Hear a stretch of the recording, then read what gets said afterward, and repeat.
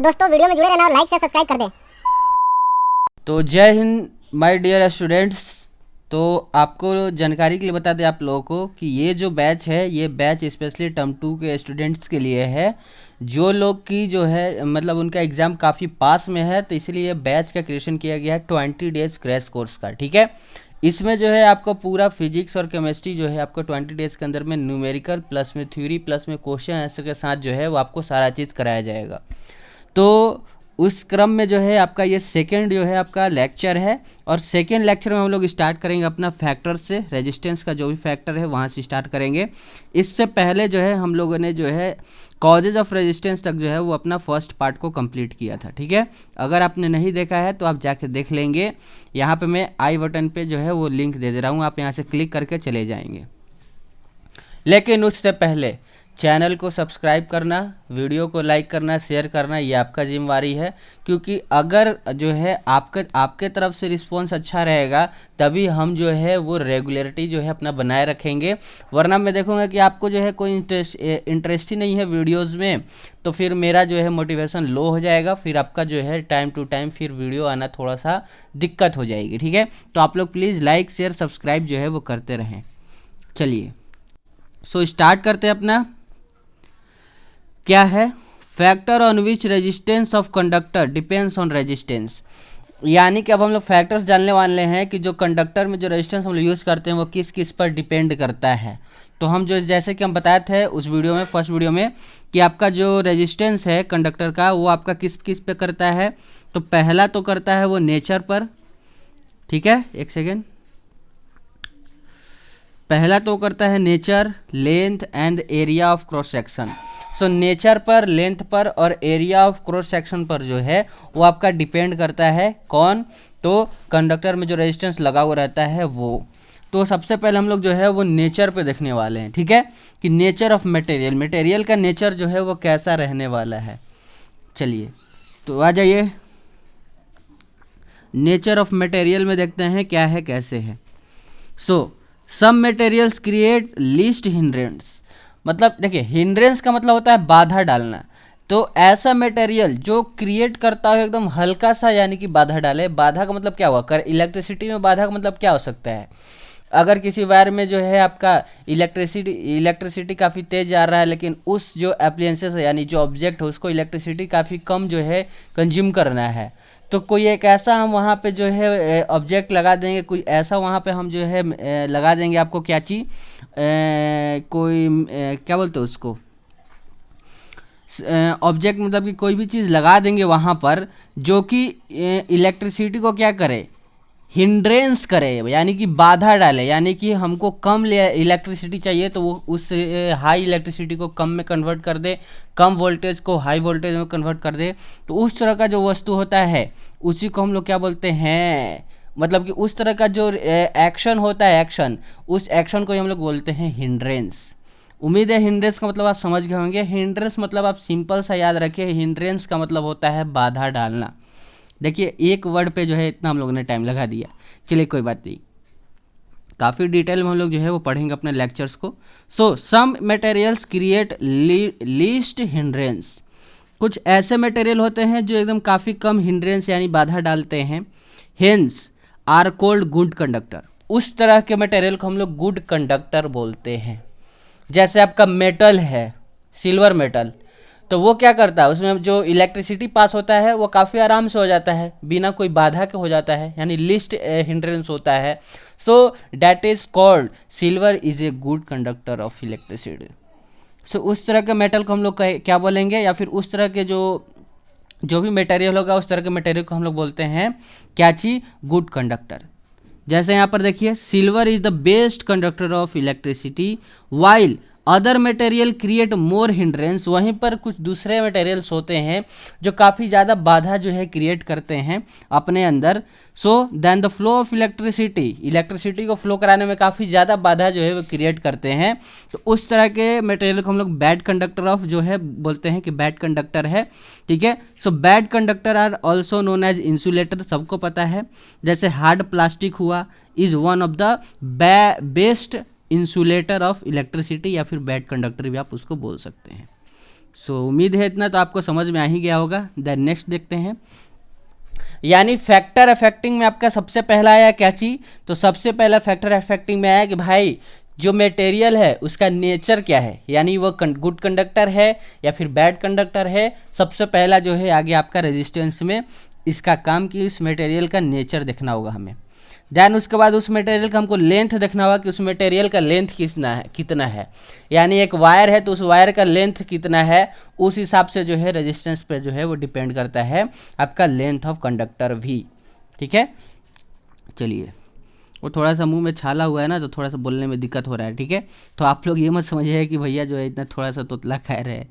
चलिए so then length of जो conductor है, अब इसको हम लोग जो है पढ़ने वाले हैं। Length of conductor, resistance R is directly proportional to the length of conductor. याद रखिएगा जो रेजिस्टेंस आर है वो डायरेक्टली प्रोपोर्शनल होगा लेंथ के, यानी कि जो भी वायर है उसके डायरेक्टली प्रोपोर्शनल होगा। यानी जितना बड़ा आप वायर लीजिएगा उतना ज़्यादा आपको रेजिस्टेंस लेना पड़ेगा। ठीक है, उतना ही ज़्यादा का जो है, उतना ज़्यादा ओम का रेजिस्टेंस का ऐसा यूनिट ओम होता है, उतना ज़्यादा ओम का आपको रेजिस्टेंस लेना पड़ेगा। यानी कि रेजिस्टेंस के डायरेक्टली प्रोपोर्शनल होता है लेंथ, यानी कि the resistance is directly proportional to the length of the conductor. So this means, इसका मतलब हुआ रेजिस्टेंस इंक्रीज, अगर आप रेजिस्टेंस को इंक्रीज करिएगा तो with increasing the length of conductor, यानी कि आपने लेंथ ऑफ कंडक्टर को इंक्रीज किया तो आपका रेजिस्टेंस भी वहाँ इंक्रीज हो जाएगा। Yes, good. The next, this is cause that long electric wires create more resistance. तो इसका कारण ये बना कि अगर हम कोई बड़ा अगर हम कोई बड़ा इलेक्ट्रिक वायर्स लेते हैं तो उसमें जो है आपको रेजिस्टेंस जो है वो काफ़ी मोर रेजिस्टेंस लगाना पड़ेगा टू इलेक्ट्रिक करंट जनरेट करने के लिए एकदम स्मूथली। ठीक है, so those resistance is directly proportional to length of wire, यानी R is directly proportional to L. So आपका सेकेंड फैक्टर हो गया length of conductor. Then third factor है एरिया ऑफ क्रॉस सेक्शन। अब उस वायर जो है, वायर का एरिया कैसा है, वायर पतला है मोटा है, उस पर भी डिपेंड करता है आपका। सो देख लेते हैं क्या है कैसे है। So resistance R is inversely proportional to the area of cross sectional. ये देखिए जो रेजिस्टेंस आर है वो इन्वर्सली प्रोपोर्शनल है आपका क्रॉस सेक्शनल एरिया के, उस कंडक्टर के। ठीक है, यानी पतला वायर है उसके इन्वर्सली प्रोपोर्शनल, यानी कि अगर आपका वायर पतला है, ठीक है ध्यान से सुनिए, वायर पतला है, ठीक है, तो आपका जो वहाँ पे करंट फ्लो होगा वो आपका वहाँ पे आप जो रेजिस्टेंस लेंगे, वहाँ पे जो रेजिस्टेंस होगा वो आपका काफ़ी ज़्यादा होगा। यानी वायर पतला हुआ तो आपका रेजिस्टेंस काफ़ी ज़्यादा हो जाएगा, यानी एकदम इन्वर्सली चलेगा। अगर वायर मोटा हो गया तो वहाँ पे इलेक्ट्रिसिटी जो है वो क्या होगा, काफ़ी रेजिस्टेंस जो है वो क्या होगा, काफ़ी कम होगा। ठीक है, यानी कि यहाँ पे देख लीजिए, यहाँ पे लिखा भी हुआ है this means R will decreases. अगर हम रेजिस्टेंस को कम कर दें तो आपका जो एरिया ऑफ क्रॉस सेक्शनल है वो आपका क्या हो जाएगा, बढ़ जाएगा, यानी कि increases the area of conductor and vice versa. इसका उल्टा कीजिए, यानी कि अगर आपने रेजिस्टेंस को बढ़ा दिया तो जो एरिया ऑफ क्रॉस सेक्शनल है कंडक्टर का वो घट जाएगा, उल्टा भी हो सकता है। चलिए, more area of conductor facilitates the flow of electric current through more area and thus decreases the resistance। वही बोल रहा है कि अगर एरिया ज़्यादा होगा तो रेजिस्टेंस हमको डिक्रीज करना पड़ेगा और एरिया कम होगा तो रेजिस्टेंस हमको बढ़ाना पड़ेगा, एकदम अपोजिट चलेगा। उम्मीद है आप समझ गए होंगे, इन्वर्सली प्रोपोर्शनल है इसीलिए ये कारण लगा आपका। Then this is causes the thick copper wire creates less resistance. यही कारण है कि मोटा अगर कॉपर का वायर है, आपके घर में जो एप्लायंसेस यूज़ किए उसमें मोटा कॉपर का वायर रखे हैं, तो यही कारण है कि मोटा कॉपर वायर में जो रेजिस्टेंस यूज होता है वो काफ़ी कम जो है मात्रा में हम लोग उसको यूज़ करते हैं रेजिस्टेंस का, यानी रेजिस्टेंस का जो ओम होता है वो काफ़ी कम होता है, ज़्यादा नहीं होता है यूनिट में। चलिए, उम्मीद है आप समझ गए होंगे। टू द इलेक्ट्रिक करेंट, चलिए, इसलिए जो इलेक्ट्रिक करंट में जो कॉपर वायर, जो मोर थिक कॉपर वायर का हम लोग यूज़ करते हैं, मोटा कॉपर वायर का यूज़ करते हैं क्योंकि उसका रेजिस्टेंस काफ़ी कम होता है। चलिए नेक्स्ट, अब रेजिस्टेंस क्यों कम होता है, हम लोग घर में रेजिस्टेंस का कॉपर वायर का क्यों कम रखते हैं, इसलिए क्योंकि अगर शॉर्ट सर्किट हुआ तो तुरंत वो वायर टूट जाए और हमारे घर का कनेक्शन जो है वो कट हो जाए, वरना आग भी लग सकता है। समझ गए? चलिए देन नेक्स्ट देखते हैं, नेक्स्ट हमारा क्या है, कैसे है। Thus resistance R is inversely proportional to A of the conductor, यानी कि R is inversely proportional to A. Equation आपका क्या बना, अगर इक्वेशन फर्स्ट और सेकंड जोड़ दे तो इक्वेशन फर्स्ट आपका क्या था, सो इक्वेशन फर्स्ट आपका था R is directly proportional to L, ये आपका इक्वेशन फर्स्ट था। और इक्वेशन सेकंड था कि आर जो था वो इन्वर्सली प्रोपोर्शनल टू, एक सेकेंड, आर जो था वो इन्वर्सली प्रोपोर्शनल टू ए था, यही था ना। तो इन दोनों इक्वेशन को जब आप जोड़िएगा तो क्या निकल के सामने आएगा आपके, तो आपके सामने निकल के आ गया ये चीज़, यानी कि आर इज इन्वर्सली और directly proportional to L by A, ये आपके सामने निकल के आ गया। देन अब आपको पता है, क्या पता है भैया, यही पता है कि अगर आप इन्वर्सली प्रोपोर्शनल या फिर डायरेक्टली प्रोपोर्शनल हटाते हैं तो वहाँ पर एक कांस्टेंट जुड़ता है। अब इसमें जो कांस्टेंट जुड़ा है ये रो है, इस तरह से लिखा हुआ है, इस तरह से ये रो है, इसको हम लोग रो बोलते हैं, RHO rho. So where rho is the proportionality sorry एक सेकेंड रुकिएगा, ये एडजस्ट नहीं हो पा रहा है, हाँ चलिए। So where rho is the proportionality constant, so rho यहाँ पर जो है वो आपका प्रोपोर्शनलिटी जो है आपका कांस्टेंट है, जिसको कि हम लोग बोलते हैं electrical resistivity of the material of conductor, जिसको कि हम लोग electrical resistivity of material of conductor भी बोलते हैं। सो यहाँ से आपका जो निकला, अब हमारा वहाँ पे जो फॉर्मूला निकल के सामने आया था, क्या निकल के सामने आया था, एक बार हम आपको यहाँ दिखाना चाहेंगे इस तरह से। तो वहाँ पे हमारा फॉर्मूला निकल के क्या आया था सामने, कि जो रेजिस्टेंस है, एक सेकेंड, अब इसको लगता है हमको थोड़ा सा मोटा रखना पड़ेगा,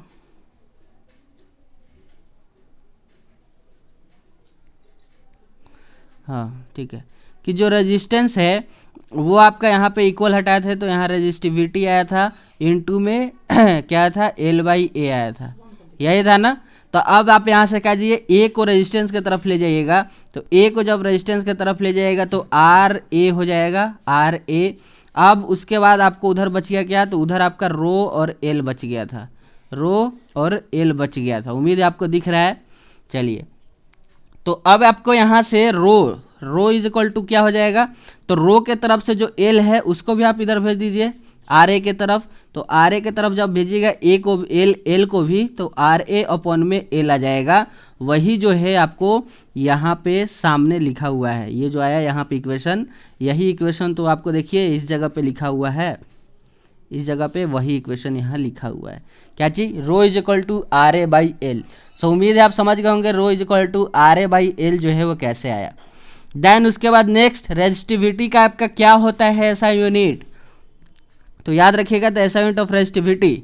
सो सबसे पहले आपको पता होना चाहिए कि वो जो रेजिस्टेंस है, रेजिस्टेंस का ऐसा यूनिट क्यू नहीं होता है, ओम होता है, ठीक है। यहाँ पे थोड़ा सा जो है वो मिसप्रिंट है, इसको आप लोग ध्यान दीजिएगा, यहाँ पे ये क्यू नहीं होगा, यहाँ पे रेजिस्टेंस का ऐसा यूनिट ओम होता है, और ओम का साइन जो है उम्मीद है सबको आता होगा, इस तरह से होता है, ठीक है। सो रेजिस्टेंस का ऐसा यूनिट क्या होता है, ओम होता है। देन उसके बाद नेक्स्ट, सो रेजिस्टेंस का ऐसा यूनिट क्या हो जाएगा, ओम होता है। सो ऐसा यूनिट ऑफ एरिया, एरिया का ऐसा यूनिट बताइए। अब हम ये सब क्यों ऐसे कर रहे हैं, तो अभी हम आपको क्या बताने वाले हैं, किसका ऐसा यूनिट बता रहे हैं, तो हम रेजिस्टिविटी का ऐसा यूनिट बना रहे हैं, यानी रेजिस्टिविटी का मतलब है इस चीज़ का, इसका हमको ऐसा यूनिट चाहिए, तो इसका ऐसा यूनिट चाहिए, तो हमको जो है सबसे पहले क्या क्या चाहिए, तो इसका ऐसा यूनिट बनाने के लिए हमको सबसे पहले आर का ऐसा यूनिट हमको पता होना चाहिए, ए का ऐसा यूनिट पता होना चाहिए, और एल का ऐसा यूनिट पता होना चाहिए। सो अब मैं आपको यहाँ पे यहीं पे बता दे रहा हूँ। तो आपको पता है कि आर रेजिस्टेंस का ऐसा यूनिट क्या होता है, तो आप बदलेंगे कि सर जी ओम होता है, ठीक है, ये वाला ले लेते हैं। तो आप बोलेंगे कि भैया जी ओम होता है, तो हम कहेंगे अच्छी बात है। फिर हम कहेंगे कि एरिया का ऐसा यूनिट बताइए, तो एरिया को आप किस में नापते हैं, तो आप बोलिएगा कि भैया जी हम लोग मीटर स्क्वायर में एरिया को नापते हैं, तो हम कहेंगे अच्छी बात है। देन उसके बाद हम कहेंगे लेंथ का बताइए, तो लेंथ का आप बोलेंगे कि भैया जी हम लोग लेंथ को हम लोग मीटर में नापते हैं, तो हम कहेंगे बहुत अच्छी बात है। देन उसके बाद अब हम कहेंगे यहाँ पर कि आप 1 मीटर को जो है काट दीजिए इस तरह से, तो अब आपको यहाँ पे बचा क्या, अब यहाँ पे इस जगह पे आपका बचा क्या, तो यहाँ पर अब आपकी जगह पे बच गया सिर्फ ओम मीटर। क्या बच गया, सिर्फ ओम मीटर, जो कि रेजिस्टिविटी का क्या होता है, ऐसा यूनिट होता है, ऐसा यूनिट होता है रेजिस्टिविटी का। सो यही आपका हो जाएगा ऐसा unit of resistivity. So resistivity का ऐसा यूनिट क्या हो जाएगा, ओम मीटर। उम्मीद है कैसे आया समझ गए होंगे। देन उसके बाद रेजिस्टिविटी का अगर आपसे डिफाइन पूछ दे आपके एग्जाम में तो क्या लिखेंगे, उसके बारे में देख लीजिए थोड़ा सा। सो रेजिस्टिविटी क्या है, it is define as the resistance, ये रेजिस्टेंस को डिफाइन करता है, offered by a cube of the material, side 1 metre होना चाहिए, when current flowing perpendicular to its opposite face.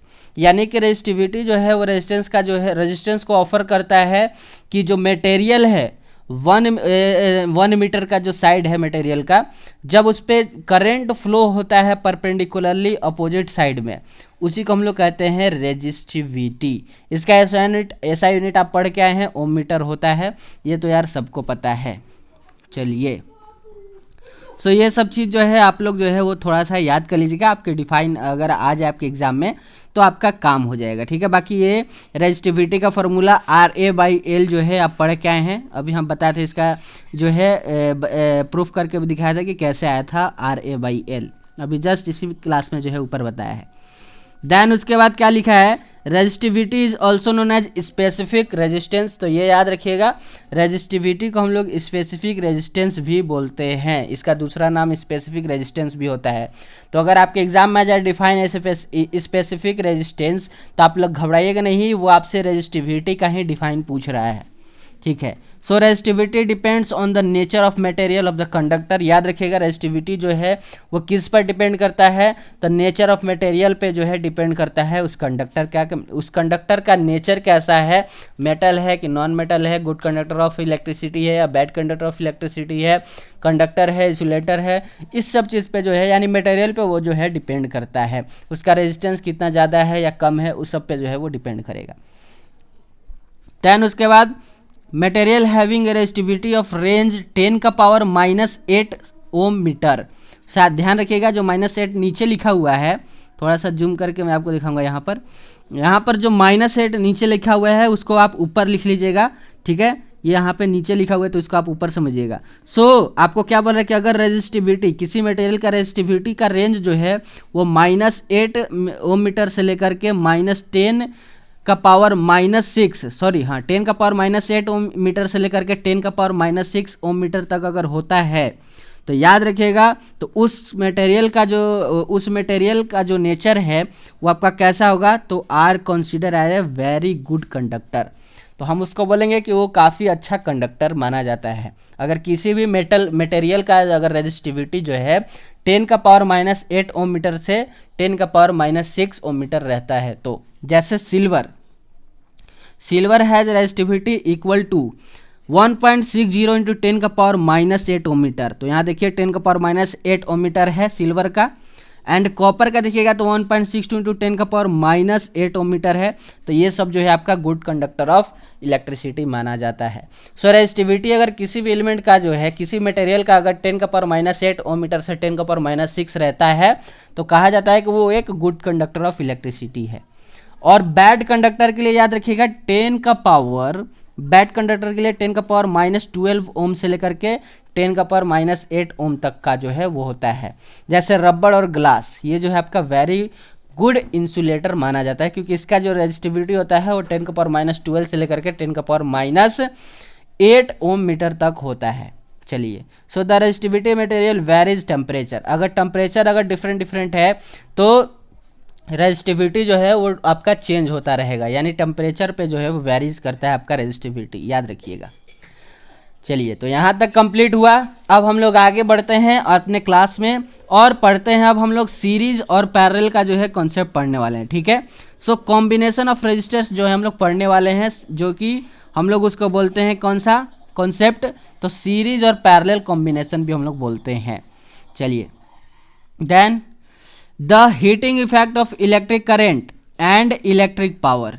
So the heating effect of electric current and electric power, ये सारा concept जो है नीचे हम लोग धीरे धीरे पढ़ेंगे। लेकिन अभी हम लोग सबसे पहले पढ़ेंगे क्या चीज़, कॉम्बिनेशन ऑफ रजिस्टर, फिर उसके बाद हीटिंग इफेक्ट पढ़ेंगे एंड देन इलेक्ट्रिक पावर को भी हम लोग पढ़ लेंगे। सारा चीज़ आज आपका जो है, उम्मीद मतलब कि कोशिश तो करेंगे कि आज आपका पूरा जो है हम लोग चैप्टर जो इलेक्ट्रिसिटी है उसको कंप्लीट कर लें और आपका सिर्फ 2 ही पार्ट में इलेक्ट्रिसिटी कंप्लीट हो जाए। तो कोशिश देखते हैं, करते हैं, होता है तो ठीक है, नहीं तो यार अभी 20 दिन में आपका पहला दिन था, फिर दूसरा दिन है, तीसरा दिन, अभी बहुत टाइम है, कर लेंगे आराम से।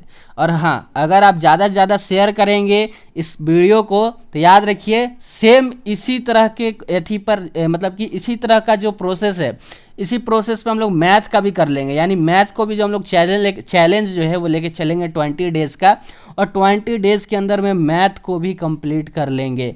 लेकिन आपका रिस्पॉन्स जो है वो सही रहना चाहिए, यानी लाइक शेयर सब्सक्राइब जो है वो करते रहिए, बार बार याद ना दिलाना पड़े।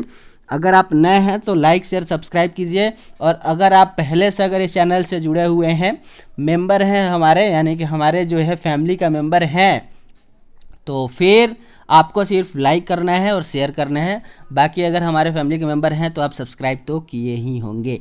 चलिए देन, बहुत हुआ बातचीत, अब हम लोग आते हैं अपने सिलेबस पर, और सीरीज़ और पैरेलल का सबसे पहले देखेंगे कि कैसे सीरीज पैरेलल का फॉर्मूला आता है, यानी पूरा डेरिवेशन देखेंगे, क्योंकि आपके एग्जाम में डेरिवेशन भी आता है, ठीक है, तो वो देखेंगे, फिर उसका फॉर्मूला देखेंगे, और उस पर जो है एक सीरीज पे जो है क्वेश्चन भी कर लेंगे, एंड देन उसके बाद जो हम लोग आगे बढ़ेंगे, अपना जो भी अपना टॉपिक बचा है उसको कंप्लीट करेंगे। चलिए, सबसे पहले series combination, parallel combination, 2 combination होता है, उसमें हम लोग सबसे पहले सीरीज कॉम्बिनेशन को जो है वो करेंगे कंप्लीट। क्या है, रेजिस्टेंस इन सीरीज। रजिस्टर जो है वो सीरीज में लगा हुआ है, उसका फॉर्मूला क्या होगा, कैसे डेरिवेशन होगा, वो सारा चीज़ जो है हम लोग अभी करेंगे। चलिए देख लेते हैं। When resistor are joined from end to end. Resistor अगर ज्वाइंड है, रजिस्टर क्या है भाई साहब, तो याद रखिएगा ये इस तरह से होता है, कुछ ज़्यादा ही पतला हो गया, नहीं, वो इस तरह से होता है, इस तरह से, ये है रजिस्टर, ठीक है। इसका इंड टू इंड ज्वाइन होता है, इंड का मतलब है कि यहाँ पे आके रजिस्टर इंड हो गया। अब यहाँ से जो है एक वायर ऐसे सीधे निकला है, अब इस वायर के इंड पॉइंट से फिर एक और रेजिस्टेंस ऐसे जुड़ गया, ये रेजिस्टेंस ऐसे जुड़ गया, फिर इस रेजिस्टेंस का जो इंड पॉइंट है यहाँ से एक वायर जोड़ देंगे इस तरह से। रेजिस्टेंस का इंड से इंड पॉइंट से जोड़ा जाता है, और ये जो अभी जोड़े हैं ये एक सीरीज में है, ठीक है। तो सीरीज का कब हम लोग कभी भी अगर 2 रेजिस्टेंस को अगर हमको सीरीज में जोड़ना हो तो उसका इंड टू इंड पॉइंट से जो है, या फिर बहुत सारे रेजिस्टर को सीरीज में जोड़ना है तो इंड से इंड पॉइंट को हम लोग जोड़ते चलते हैं। तो वही यहाँ पे लिखा है, क्या लिखा है पढ़ते हैं।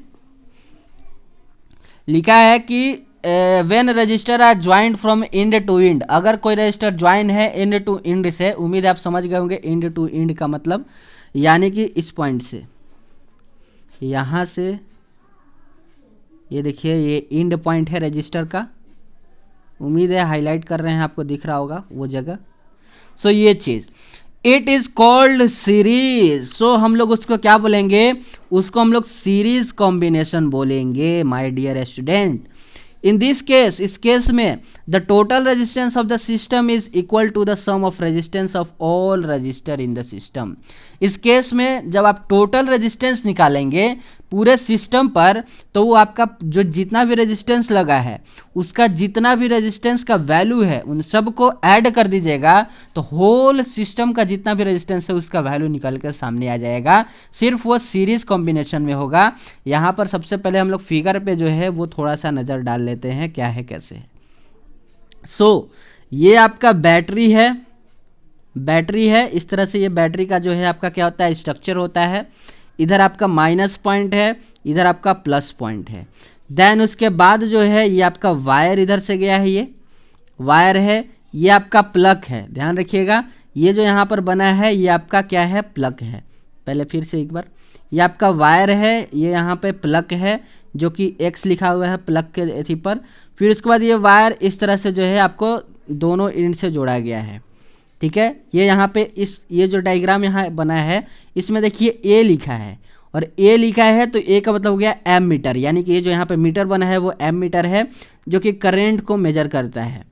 तो एम मीटर बना है, तो प्लस पॉइंट से निकला हुआ ये वायर जुड़ा हुआ है, यानी प्लस पॉइंट से जो है एम मीटर जुड़ा हुआ है। तो सबसे पहले जो आएगा साइन वो प्लस का आएगा, देन उसके बाद निगेटिव का आएगा। फिर उसके बाद ये वायर ऐसे जुड़ते हुए चला गया रेजिस्टेंस में। ये यहाँ पे ये रेजिस्टेंस है, ठीक है। रेजिस्टेंस को दूसरा कलर से बना लेते हैं। सो ये हमारा यहाँ पे रेजिस्टेंस है, एक रेजिस्टेंस हमारा यहाँ है सॉरी, एक रेजिस्टेंस हमारा यहाँ है, ठीक है। 3 रेजिस्टेंस हैं आर आर वैल्यू के, यानी आर आर वैल्यू के 3 हमारे पास रेजिस्टेंस है आर आर वैल्यू के, यानी कि तीनों का रेजिस्टेंस आर आर आर है, ठीक है। चलिए, सो यहाँ पे एक पॉइंट ए दिया हुआ है और यहाँ पे एक पॉइंट बी दिया हुआ है, ये बी, ठीक है। करंट आपका प्लस पॉइंट से निकला, यहाँ से करंट ऐसे निकला इस जगह से, और वो ऐसे जो है वो करंट चलता चला जा रहा है वायर में, ठीक है। चलिए, सो याद रखिए एम मीटर में आपको पढ़ाया था कि एम मीटर हमेशा सीरीज कॉम्बिनेशन में जुड़ता है और वोल्ट मीटर को हम लोग पैरेलल कॉम्बिनेशन में जोड़ते हैं। तो यहाँ से देखिए इस जगह से जो हम लोग वोल्ट मीटर को जोड़े हैं, पहले वाले रेजिस्टेंस से उठा के इस तरह से पैरेलल कॉम्बिनेशन में जो है हम लोग वोल्ट को जो है वो जोड़ दिए हैं लाके एंड पॉइंट ऑफ दूसरे पॉइंट से, ठीक है। और सेम वही चीज़ प्लस पॉइंट से वायर जुड़ा हुआ आ रहा है, करंट इधर से आ रहा है, तो सबसे पहले प्लस ही आएगा एंड देन उसके बाद निगेटिव आएगा। उम्मीद है आप समझ गए होंगे। तो ऐसे आपका यहाँ से करंट गया, रेजिस्टेंस से जो है वो जुड़ा हुआ है वायर इस तरह से रेजिस्टेंस से जुड़ा हुआ है, इसमें करंट फ्लो हो रहा है एंड देन उसके बाद बी से निकलते हुए करंट आ जा रहा है फिर से बैटरी में वापस। तो ये पूरा यहाँ पे कॉम्बिनेशन बना। सीरीज में देखिए तीनों रजिस्टर जो है वो आपको एकदम सीरीज में लगा हुआ है, यानी लाइन बाय लाइन जुड़ा हुआ है, उनका इंड टू इंड जो है वो कनेक्टेड है वायर से और एक दूसरे से तो ये जो कॉम्बिनेशन होता है, ये जो आपका अरेंजमेंट होता है सर्किट का, इस अरेंजमेंट को हम लोग कहते हैं सीरीज कॉम्बिनेशन। चलिए देन क्या लिखा है उसके बाद हम लोग उसको पढ़ेंगे। Let 3 resistor R1, R2 and R3 are connected in series. Potential difference across A to B is V. एक चीज़ माय डियर मेरा जो है वो कॉन्सेप्ट याद रखिएगा, यहाँ पर जो पोटेंशियल डिफरेंस है तीनों में, अगर यहाँ पे मैं लिख ही देता हूँ, यहाँ पर इस जगह पर क्या चीज़, एक सेकेंड रुकिएगा मैं यहाँ पे लिखने वाला हूँ क्या, उसको सबसे पहले जो है वो मैं अभी आपको बताऊंगा, ठीक है। यस, आप बोलेंगे हाँ भैया ठीक है। चलो, सो मैं आपको यहाँ एक चीज़ बता रहा हूँ, आप जो है तोहफे के तरफ में लें चाहे जिस तरह से भी लें, क्या अगर सीरीज कॉम्बिनेशन होगा, ये चीज़ आप नोट कर लीजिएगा, और या फिर हूबहू ये नोट्स आपको मिल जाएगा, टेलीग्राम चैनल से जुड़ जाइए। और यहाँ पे पैरेलल, तो पैरेलल का जब आएगा तो फिर मैं यहाँ पे आके लिखूंगा, या फिर अभी लिख देता हूँ, कोई बात नहीं। चलिए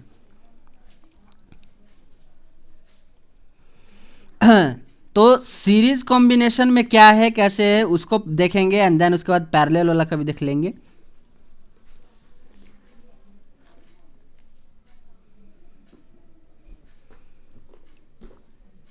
एक सेकेंड रुकिएगा, मैं यहाँ पे एक चीज़ बता रहा हूँ कि सीरीज में जो है याद रखिएगा, यहाँ सीरीज में जो वोल्टेज होता है, पोटेंशियल डिफरेंस जिसको बोलते हैं, ठीक है। यहाँ पे मैं वही लिख दे रहा हूँ, थोड़ा सा जूम करके लिख देता हूँ इस जगह पे। क्या चीज़ मैंने आपको बोला, potential difference, potential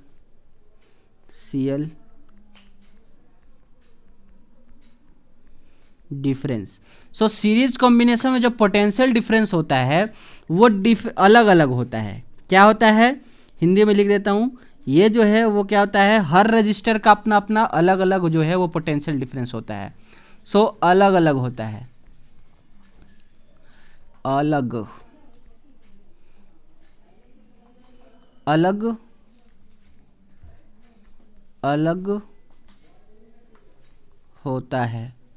series combination में पोटेंशियल डिफरेंस अलग होता है, बट वहीं पर करंट का बात हो, करंट जिसको आई से डोनेट करते हैं, तो तो ये जो है सीरीज कॉम्बिनेशन में सेम रहता है, सब रेजिस्टेंस में करंट जो है वो सेम जाता है, ये चीज़ आप याद रखिएगा। वहीं पर पैरेलल की बात करूँ तो पैरेलल में उल्टा हो जाएगा। पैरेलल में जो पोटेंशियल डिफरेंस है, पैरेलल में जो पोटेंशियल डिफरेंस है ये जो है आपका यहाँ पे सेम रहता है पैरेलल वाला में, और करंट जो है करंट डिफरेंट हो जाता है माय डियर फ्रेंड। ये चीज़ आप याद रखेंगे तो आपका पूरा जो है कॉन्सेप्ट हाथ में है सीरीज और पैरेलल का। ये जो है यहाँ पर क्या होता है, ये अलग अलग होता है, अलग अलग होता है, ठीक है। चलिए, तो जब इतना हो गया तो उसके बाद अब यहाँ आएंगे। सो यहाँ पे जो पोटेंशियल डिफरेंस है ए से बी का वो यहाँ पे दिया हुआ है V। ए आपको देखिए यहाँ पर है इस जगह पे, बी यहाँ है, इनके बीच में देखिए पोटेंशियल डिफरेंस रेजिस्टेंस 1 का V1 है, रेजिस्टेंस 2 का V2 है, रेजिस्टेंस 3 का V3 है। और इसमें जो करंट जो है वो I फ्लो कर रहा है, और करंट जो है वो सब रेजिस्टेंस में सेम होगा, यानी I तीनों में जो है करंट फ्लो हो रहा होगा। चलिए, देन उसके बाद जो पोटेंशियल डिफरेंस है R1 R2 R3 के अक्रॉस V1 V2 V3 यहाँ पे लिखा हुआ है, आप देख सकते हैं, यही चीज़ जो अभी मैंने पढ़ा है। Current flowing through a conductor जो सीरीज में है वो I फ्लो होगा। सो वी नो डैट, आपको पता है अगर टोटल हमको पोटेंशियल डिफरेंस चाहिए तो V1 plus V2 plus V3 कर दें तो हमको टोटल V निकल के सामने आ जाएगा कि रजिस्टर में कितना पोटेंशियल डिफरेंस हो रहा है। देन उसके बाद अकॉर्डिंग टू ओम्स लॉ के अकॉर्डिंग आपको पता होना चाहिए क्या होता है ओम्स लॉ के अकॉर्डिंग जो है आपको पता होना चाहिए कि जो पोटेंशियल डिफरेंस है वो डायरेक्टली प्रोपोर्शनल होता है करंट के, और यहाँ से जब इक्वल टू हटाते हैं तो एक जो है कांस्टेंट जुड़ता है जिसका नाम होता है रेजिस्टेंस R, यानी V is equal to IR जो है वो आपका होता है ओम्स लॉ में, जो कि नीचे अभी हम लोग पढ़ेंगे, ठीक है। अभी मैंने आपको जो है शॉर्टली बता दिए, यहाँ पर डेफिनेशन सब नीचे पढ़ेंगे। सो आपका अकॉर्डिंग टू ओम्स लॉ देखें तो V1 के अक्रॉस क्या हो जाएगा, तो V1 के अक्रॉस जो है रेजिस्टेंस तो अलग अलग है, वोल्टेज अलग अलग है, लेकिन करंट सब में सेम है। तो V1, तो यहाँ पर अगर मैं देखूँ इस जगह पर वोल्टेज अलग अलग है, तो अलग अलग होने के कारण V1 जो है वो क्या बन जाएगा, करंट तो सीरीज में सेम है तो I ही रहेगा, और रेजिस्टेंस अलग अलग है तो R1 हो जाएगा। सो V1 का आपका आ गया IR1, उसी तरह से V2 का क्या आ जाएगा, तो V2 का आ जाएगा IR2, और उसी तरह से आपका V3 का क्या आ जाएगा, V3 का आ जाएगा IR3। सो इस तरह से आप कर लेंगे V1 V2 V3 को, ठीक है। चलिए, देन नेक्स्ट उसके बाद देखें तो V2 V3 यहाँ पे आपका आ गया equation number 2। So total resistance आपका क्या आएगा, टोटल रेजिस्टेंस को यहाँ पे RS से शो किया है, ये देख लीजिए, टोटल रेजिस्टेंस को RS से शो किया है। RS कैसे लिखा हुआ है, इस तरह से R लिख के और नीचे में S, ठीक है, यानी कि रेजिस्टेंस ऑफ सीरीज RS का मतलब। सो टोटल अगर रेजिस्टेंस का देखें तो टोटल रेजिस्टेंस का क्या बनेगा, टोटल रेजिस्टेंस के लिए VS यानी total potential difference is equal to current तो सेम है सब में तो I ही रहेगा, और रेजिस्टेंस हमको देखना है तो RS हो जाएगा, यानी टोटल रेजिस्टेंस। तो ये हुआ आपका टोटल रेजिस्टेंस का यहाँ पर कहानी। देन उसके बाद जो है आप यहाँ से इक्वेशन नंबर 1 में देख के आए हैं, वोल्टेज वाले में क्या चीज़, VS is equal to V1 plus V2 plus V3, यही देखे हैं ना, तीनों में अलग अलग डिफरेंस है का। सो VS के जगह पे आप लिख दें जो VS का वैल्यू निकल के लाए हैं IRS इस जगह से। उसके बाद V1 का आपने क्या निकाला है IR1, तो यहाँ पे लिख लेंगे, V2 का IR2 यहाँ लिख लेंगे, V3 का IR3 यहाँ लिख लेंगे। यहाँ से जो है आप दोनों तरफ से जो है I निकाल लीजिए बाहर, यानी अगर हम यहाँ से दोनों तरफ से कॉमन ले ले I, यानी इस जगह से I कॉमन ले ले, थोड़ा सा साफ कर लेते हैं। चलिए, तो अब हम अगर यहाँ इस वाले पॉइंट से देखिएगा, इस वाले पॉइंट से अगर तीनों में देखिए I है, तो अगर इन तीनों में से I को बाहर निकाल लें, तीनों में से I को बाहर निकाल लेते हैं तो क्या होगा, तो अब देखिए यहाँ पर क्या होगा इस जगह पे। चलिए, सो तीनों में से अगर हम I को बाहर निकाल लेते हैं तो I बाहर निकाल लिए तो अंदर बच गया R1 R2 R3 is equal to, इस साइड है आपका IRS। सो यहाँ से ये आई जो है और ये आई कट गया, तो बचा क्या आपके पास, तो आपके पास बच गया R S is equal to R one plus R two plus R three. और माय डियर स्टूडेंट, यही आपका क्या है, यही आपका सीरीज कॉम्बिनेशन का फॉर्मूला है रेजिस्टेंस का, R S is equal to R one plus R two plus R three. So उम्मीद है आप पूरा जो है डेरिवेशन समझ गए होंगे रेजिस्टेंस का, सीरीज रेजिस्टेंस का। इसी तरह से आप करेंगे पूरा डेरिवेशन को। देन उसके बाद when the resistor are connected in series the current flowing through each resistor is same, मैंने आपको बता दिया है, and equal to the total current, ये चीज़ मैंने आपको पहले ही बता दिया है। अब उसके बाद आपका यहाँ पे आया रजिस्टर का बारी, रजिस्टर इन पैरेलल का बारी आया। So when resistor are joined in parallel the reciprocal of total resistance of the system is equal to the sum of reciprocal of resistance of resistor. यानी कि जब रेजिस्टेंस आपका parallel में connect होगा तो जो आपका टोटल रेजिस्टेंस का जो रेसिप्रोकल है, यानी टोटल रेजिस्टेंस को हम लोग रेसिप्रोकल यानी 1/RS इस बार करेंगे, वो आपका इक्वल होगा रेसिप्रोकल ऑफ सम, यानी कि टोटल रेजिस्टेंस का रेसिप्रोकल के सम के इक्वल होगा। ये यहाँ पे आप उसका डेफिनेशन लिखेंगे रेजिस्टर इन पैरेलल का। अभी हम लोग पढ़ रहे हैं डिटेल में नीचे, उससे पहले फिर से वही थोड़ा सा डायग्राम पे चर्चा कर लेते हैं। सो आपको पता है ये बैटरी है, बैटरी का इस तरह से स्ट्रक्चर होता है, सबको पता होना चाहिए। इधर माइनस होता है, इधर प्लस होता है। यहाँ से ये वायर से कनेक्ट करके, ये एमीटर से कनेक्ट करके, इस तरह से वायर को कनेक्ट करके, अब देखिए यहाँ पॉइंट और ये पॉइंट फिक्स है, और इसी पॉइंट से जितना भी रजिस्टर जो है वो कनेक्ट है, और इस कनेक्शन को हम लोग कहते हैं पैरेलल कॉम्बिनेशन। देखिए ये जो कनेक्शन है, तीनों रेजिस्टेंस का कनेक्ट जो एंड पॉइंट है वो सेम आ रहा है, और अगर कोई भी दो रेजिस्टेंस का एंड पॉइंट सेम आ जाए तो हम उस कॉम्बिनेशन को पैरेलल कॉम्बिनेशन कहते हैं। तो यहाँ पे दो छोड़िए, सारा जितना भी रेजिस्टेंस इसमें लगा हुआ है सारा का एंड पॉइंट सेम ही आ रहा है। तो हम बोलेंगे कि आपका क्या है, ये आपका एक पैरेलल का क्या है, पैरेलल सीरीज है। ठीक है, सॉरी पैरेलल सीरीज दोनों सेम आ गए, पैरेलल कॉम्बिनेशन है। ठीक है, बाकी वोल्ट मीटर आपका पैरेलल में ही लगता है। चलिए देन उसके बाद ये सारा चीज़ तो हम लोगों ने पढ़ लिया, थोड़ा सा पढ़ लेते हैं थ्योरी पार्ट को भी, क्या लिखा है। Let 3 resistor R1 R2 R3 are connected in parallel, potential difference जो है A to B V रहेगा। क्यों V रहेगा, क्योंकि पैरेलल में पोटेंशियल डिफरेंस सेम होता है बट करंट अलग अलग होता है। Total current flowing through the point difference between point A B में आई जाएगा, यानी A से B तक के पॉइंट में जो है वो करंट टोटल जो है वो आई जाएगा, लेकिन करंट जो है हर रेजिस्टेंस में अलग अलग जो है वो जाएगा, क्योंकि पैरेलल कॉम्बिनेशन है। ठीक है, चलिए the next current flowing through the resistor R1 R2 R3 is, क्या होगा करंट, R1 के लिए करंट I1 होगा, R2 के लिए करंट I2 होगा, ठीक है, R2 के लिए करंट I2 होगा, और R3 के लिए करंट I3 होगा। अलग अलग होगा क्योंकि पैरेलल कॉम्बिनेशन में करंट अलग होता है, मैं बार बार बोल रहा हूँ ताकि आपको याद आ जाए। सो टोटल करंट आपका क्या हो जाएगा, total current is equal to I1 plus I2 plus I3 हो जाएगा। देन उसके बाद सिंस पोटेंशियल डिफरेंस सारे रजिस्टर में क्या होता है, सेम होगा, ये चीज़ आप ध्यान रखिए क्योंकि पैरेलल कॉम्बिनेशन है। तो according to Ohm's law, Ohm's law के अकॉर्डिंग क्या होता है, तो अभी मैंने आपको बताया ओम्स लॉ क्या चीज़, कि V is directly proportional to I। अब यहाँ से अब V को जो आप इक्वल करते तो एक कांस्टेंट चीज जुड़ जाता है रेजिस्टेंस R। अब हमको यहाँ पे I जो है अलग अलग दिया है, तो I को इधर रहने देंगे, R को V के तरफ ले जाएंगे। तो R को जब आप V के तरफ ले जाइएगा तो यहाँ पे आपका क्या केस बनेगा, यहाँ देखते हैं आप। तो जब आप R को V के तरफ ले जाइएगा तो बनेगा I is equal to V/R। अब यहाँ पैरेलल कॉम्बिनेशन में करंट अलग अलग है, तो I1 के लिए क्या हो जाएगा, वोल्ट तो सब में सेम है, पैरेलल में रेजिस्टेंस अलग है, तो I1 is equal to V/R1। अब उम्मीद है समझ गए होंगे। I2 is equal to V/R2 और I3 इज इक्वल टू में V/R3 हो जाता है।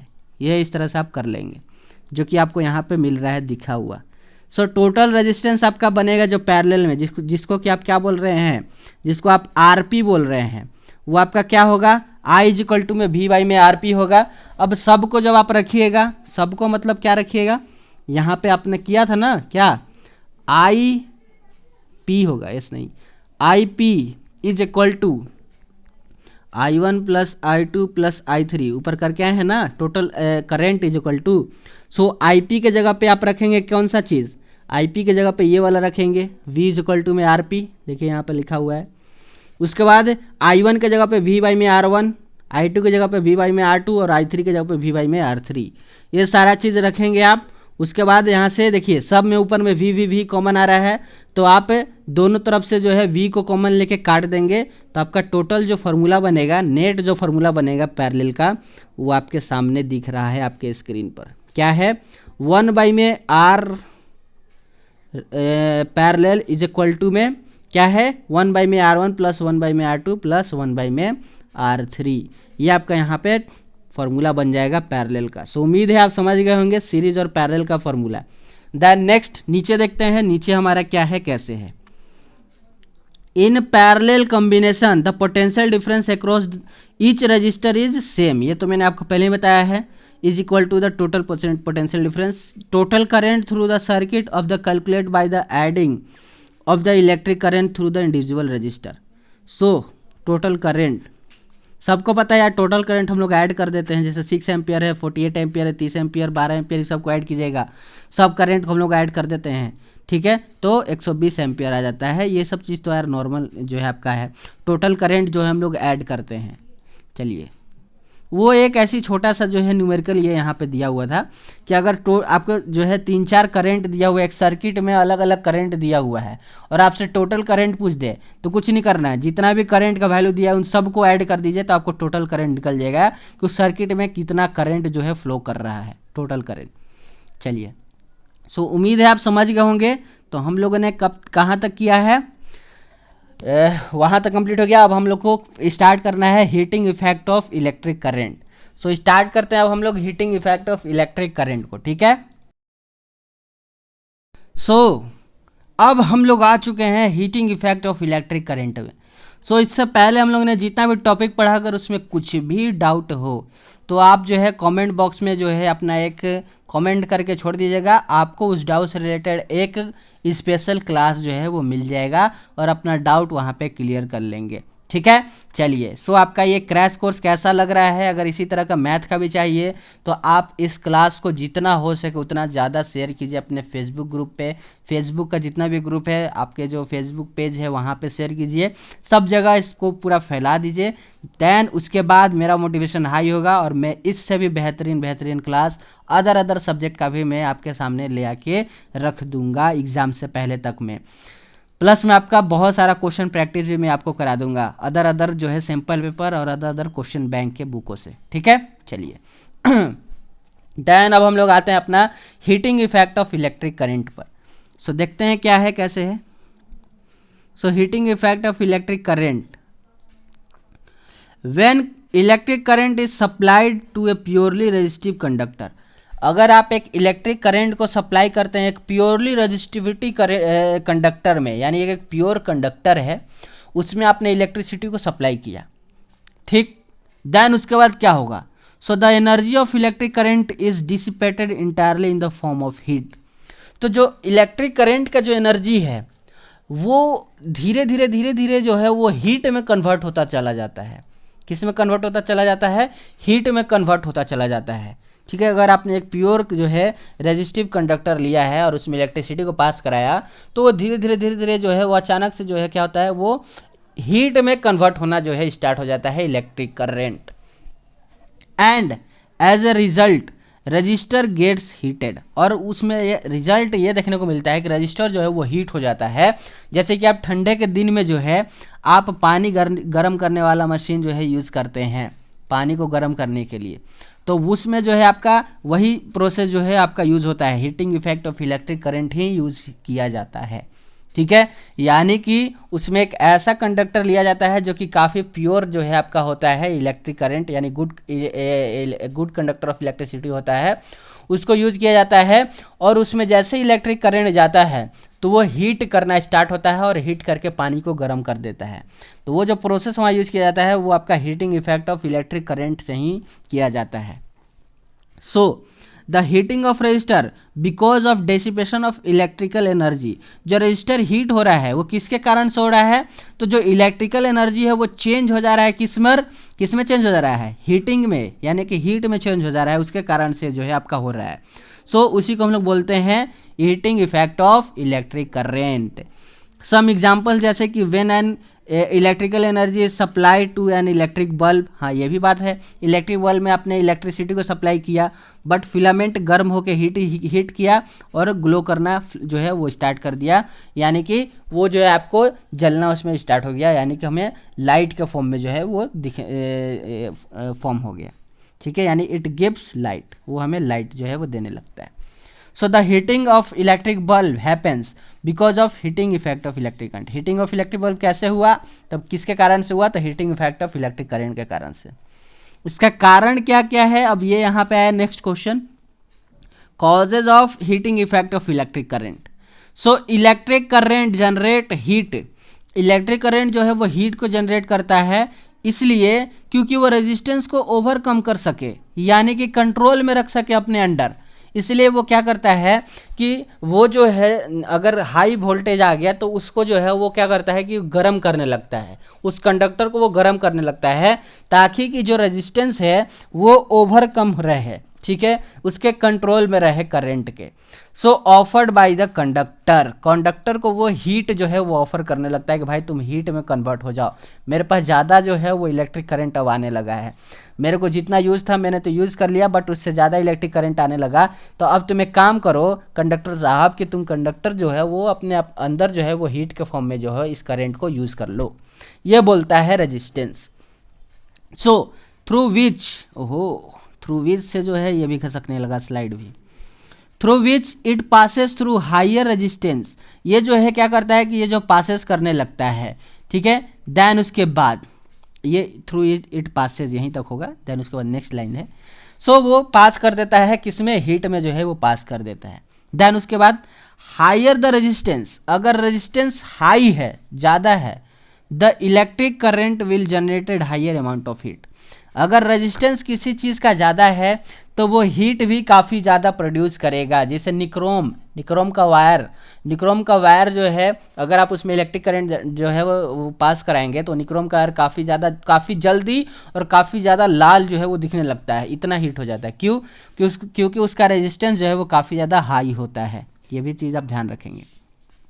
दोज जनरेट ऑफ हीट, इसलिए वो हीट जनरेट कर देगा electric current while passing through the conductor in inevitable consequence, यानी कि इसका उल्टा, अगर इसका उल्टा का मतलब है कि अगर आपका रेजिस्टेंस जो है वो लोअर का है तो वहाँ पे जो हीट जो है आपका काफ़ी कम जो है निकलेगा, ठीक है, काफ़ी कम हीट जो है प्रोड्यूस होगा। So this heating effect is used for in many appliances, बहुत से जो है क्या बोलते हैं सामानों में यूज़ किया जाता है, आपको हीटिंग इफेक्ट ऑफ करंट को देखने को मिलता है। सच है, जैसे कि इलेक्ट्रिकल आयरन है इसी पे काम करता है, इलेक्ट्रिकल हीटर है, इलेक्ट्रिक जो गीज़र है, ये सब जो है इसी पे काम करता है। चलिए नेक्स्ट हम लोग देखते हैं अपना joules law of heating effect को जो हम लोग देखेंगे क्या है कैसे है। So let's start. So let an electric current, हमने जो है एक इलेक्ट्रिक करंट को आई मान लिया जो कि फ्लो हो रहा है एक रजिस्टर ऑफ रेजिस्टेंस आर में फ्लो हो रहा है। पोटेंशियल डिफरेंस जो है उस रजिस्टर का वो मान लेते हैं V है। चार्ज Q है भाई साहब जो फ्लो हो रहा है सर्किट के अंदर एक टाइम t सेकेंड में। सो जो टोटल वर्क डन बनेगा मूविंग चार्ज, उस चार्ज को मूव करने से of A potential difference V के कारण, वो बनेगा W इज इक्वल टू में V इंटू में Q। सो उम्मीद है समझ रहे होंगे सारा चीज़, एक ही एक लाइन। वो आपका क्या बनेगा, वो बनेगा पोटेंशियल डिफरेंस मल्टीप्लाइड बाई में चार्ज, ये आपका यहाँ पे बनेगा।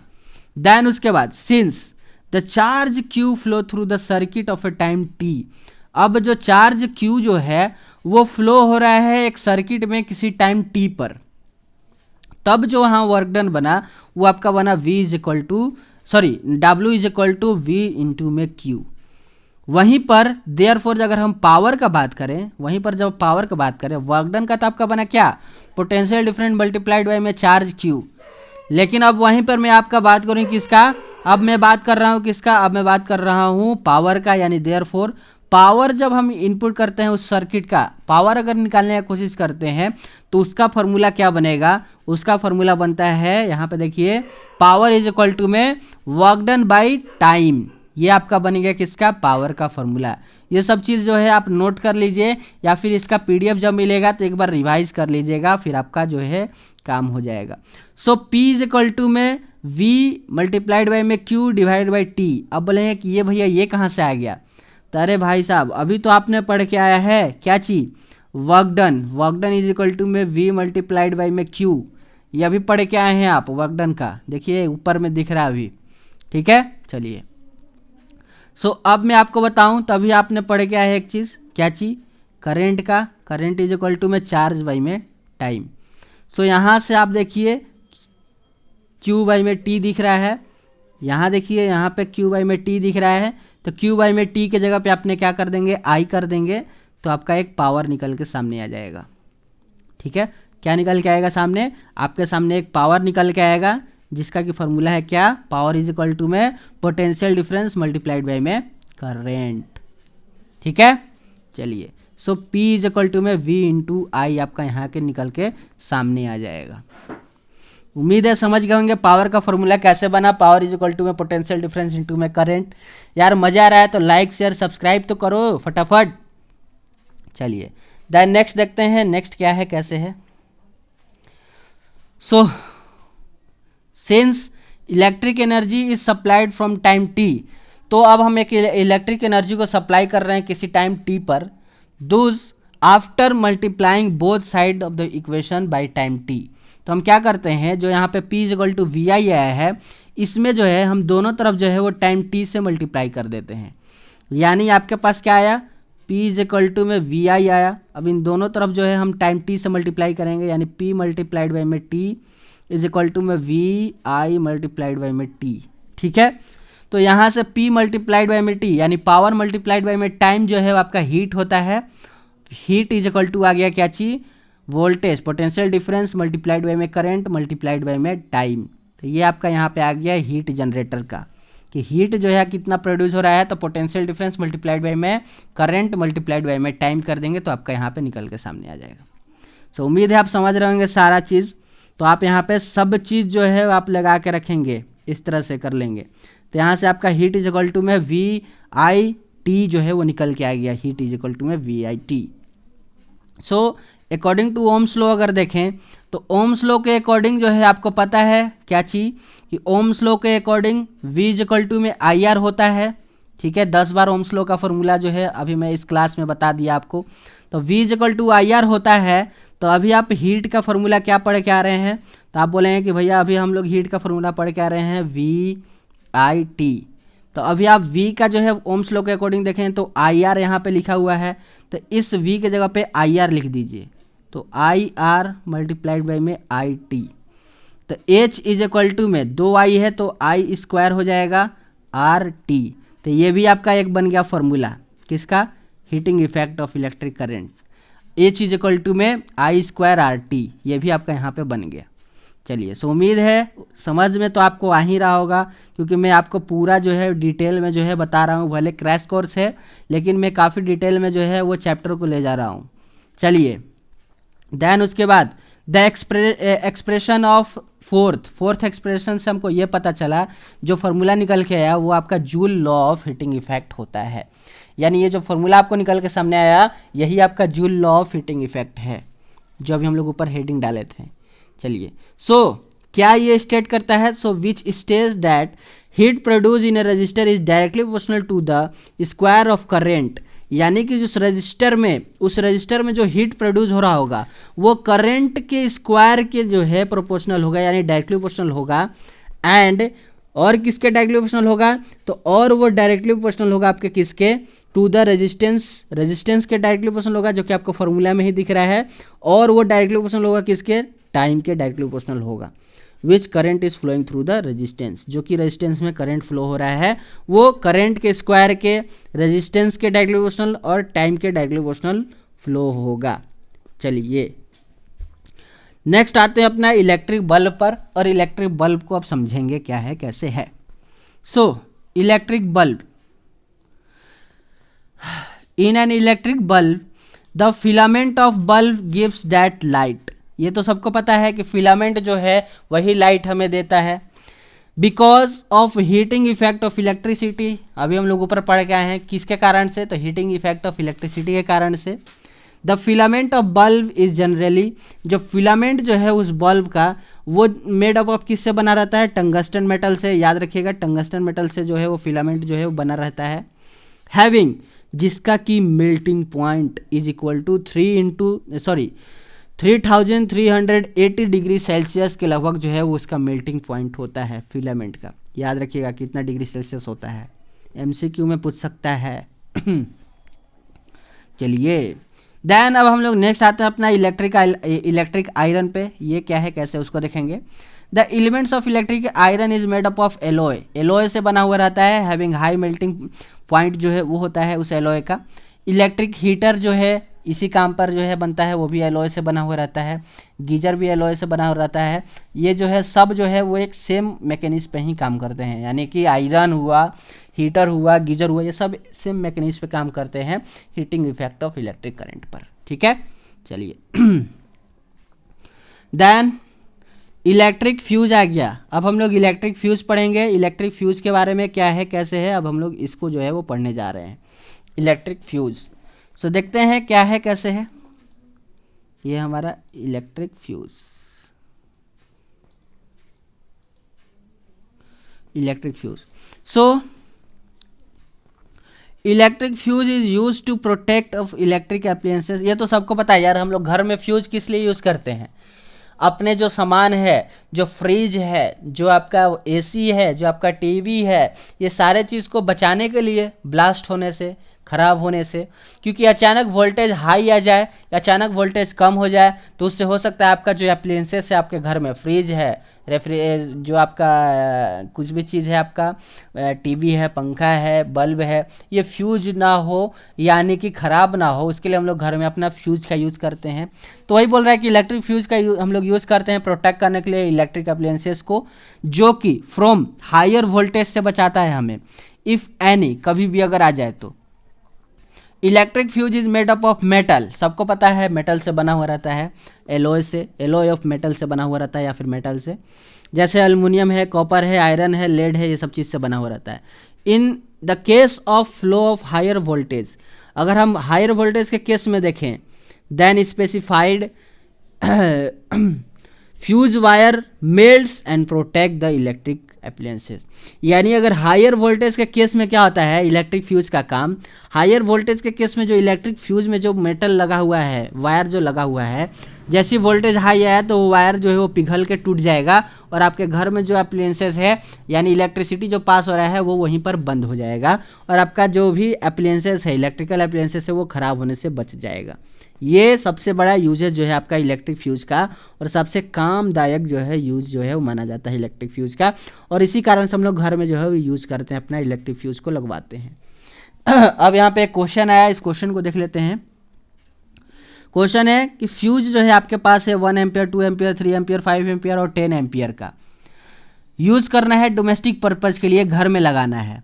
तो सपोज कीजिए इफ़ एन इलेक्ट्रिकल हीटर में मान लीजिए हमको लगाना है, जो कि कंज्यूम करता है लगभग 1000 वाट जो है पावर कंज्यूम करता है और 220 वोल्ट जो है वो लेता है हीटर। सो बताना है आपको कि इलेक्ट्रिक करंट जो है उस सर्किट में कितना जाएगा, यानी जो हीटर है वो इलेक्ट्रिक करंट अपने अंदर कितना लेगा, वो कितना इलेक्ट्रिसिटी को अपने अंदर जो ले सकता है, ये आपको बताना है। यानी आई आपसे पूछा है, क्या पूछा है भाई साहब, आई आपसे पूछा है। तो अब आप बताइए, यहाँ पे पावर दिया हुआ है, वोल्ट दिया हुआ है, तो ऐसा कोई ऐसा फॉर्मूला बताइए जिसमें कि ऐसा एक करंट का फॉर्मूला बताइए जिसमें कि पावर, वोल्ट और करंट तीनों हो। तो अभी आप पढ़ के आए थे, क्या पढ़ के आए हैं, P = VI पढ़ के आए थे। यहाँ पे पावर भी है, वोल्ट भी है, करंट भी है। अब आपको करंट चाहिए तो V को पावर की तरफ भेज दीजिए, तो करंट आपको चाहिए तो V को जब पावर की तरफ भेजेगा तो P/V हो जाएगा। अब पावर आपको दिया है 1000 वाट और वोल्टेज आपको दिया है 220 वोल्ट, दोनों रख दीजिए ऊपर नीचे, काट छाट कीजिएगा तो आपके पास फॉर्मूला निकल के आ जाएगा, सॉरी आपके पास जो निकल के आएगा वो आएगा 4.5 एम्पियर का। यानी करंट आपको कितना चाहिए, 4.5 एम्पियर का चाहिए। सो यहाँ पर देख लीजिए कहाँ है 4.5, अप्रोक्स में देखें तो 5 एम्पियर। सो 5 एम्पियर का जो है हमको यूज़ करना होगा क्या चीज़, फ्यूज। यानी कि हाँ, फ्यूज में जो आपका करंट जो ऐसा जाए, ऐसा हमको चीज़ जो है वहाँ पे चूज़ करना होगा जिसमें 5 एम्पियर का करंट फ्लो हो। ठीक है, सो हमें क्या करना है thus in this case 5 ampere should be use to protect the electrical heater. 5 ampere का करंट जो हमें यूज़ करना चाहिए, जो कि हमें हमारे हीटर को प्रोटेक्ट करके रखे हायर वोल्टेज से। चलिए, सो उम्मीद है समझ गए होंगे, इस तरह का क्वेश्चन जो है आपके एग्जाम में पूछा जाता है। Then next, electric power. अब आया हम लोग का क्या चीज, इलेक्ट्रिक पावर का जो है कॉन्सेप्ट आया। सो ऐसा यूनिट आप पावर का जानते हैं, वाट होता है, नहीं जानते हो तो याद कर लीजिए। 1 वाट इज इक्वल टू, याद रखिए, 1 वोल्ट मल्टीप्लाइड बाई में 1 एम्पियर होता है। ऐसा क्यों हुआ, ये कहाँ से आ गया, तो P इज इक्वल टू में VI आपको पता है। तो अब पावर कैसा यूनिट, वाट अभी बताए हैं। तो अगर आपको 1 वाट चाहिए तो यार 1 वाट चाहिए तो वोल्टेज भी कितना चाहिए, 1 वोल्ट चाहिए, करंट भी कितना चाहिए, 1 एम्पियर चाहिए, तभी तो 1 इज इक्वल टू 1 होगा, बैलेंस तभी तो होगा भाई साहब। इसीलिए ये सब हमको क्या चाहिए, 1 चाहिए। इसीलिए आपको यहाँ पे वो चीज़ लिखा है कि 1 watt is equal to 1 volt into में 1 एम्पियर। सो 1V इंटू में 1A हो जाएगा। अब याद रखिएगा 1 किलो वाट में कितना जो है वाट होता है, तो याद रखिएगा 1000 वाट होता है। ठीक है। कंजप्शन ऑफ इलेक्ट्रिसिटी यानी electrical energy is generally measured in, electrical energy हमेशा जनरली किस में मेजर होता है, याद रखिए घर में जो मेजर किया जाता है वो किलो वाट में ही मेजर किया जाता है। यूनिट जो है इलेक्ट्रिकल एनर्जी का वो याद रखिए किलो वाट आवर होता है, ये पूछा जाता है एग्जाम में। इलेक्ट्रिकल एनर्जी का यूनिट तो याद रखिएगा किलो वाट आवर जो है वो होता है। 1 kilowatt is equal to 1000 watt multiplied by में 1 hour time is equal to आपका 1 यूनिट जो है वो देता है, यानी 1 यूनिट आपको चाहिए।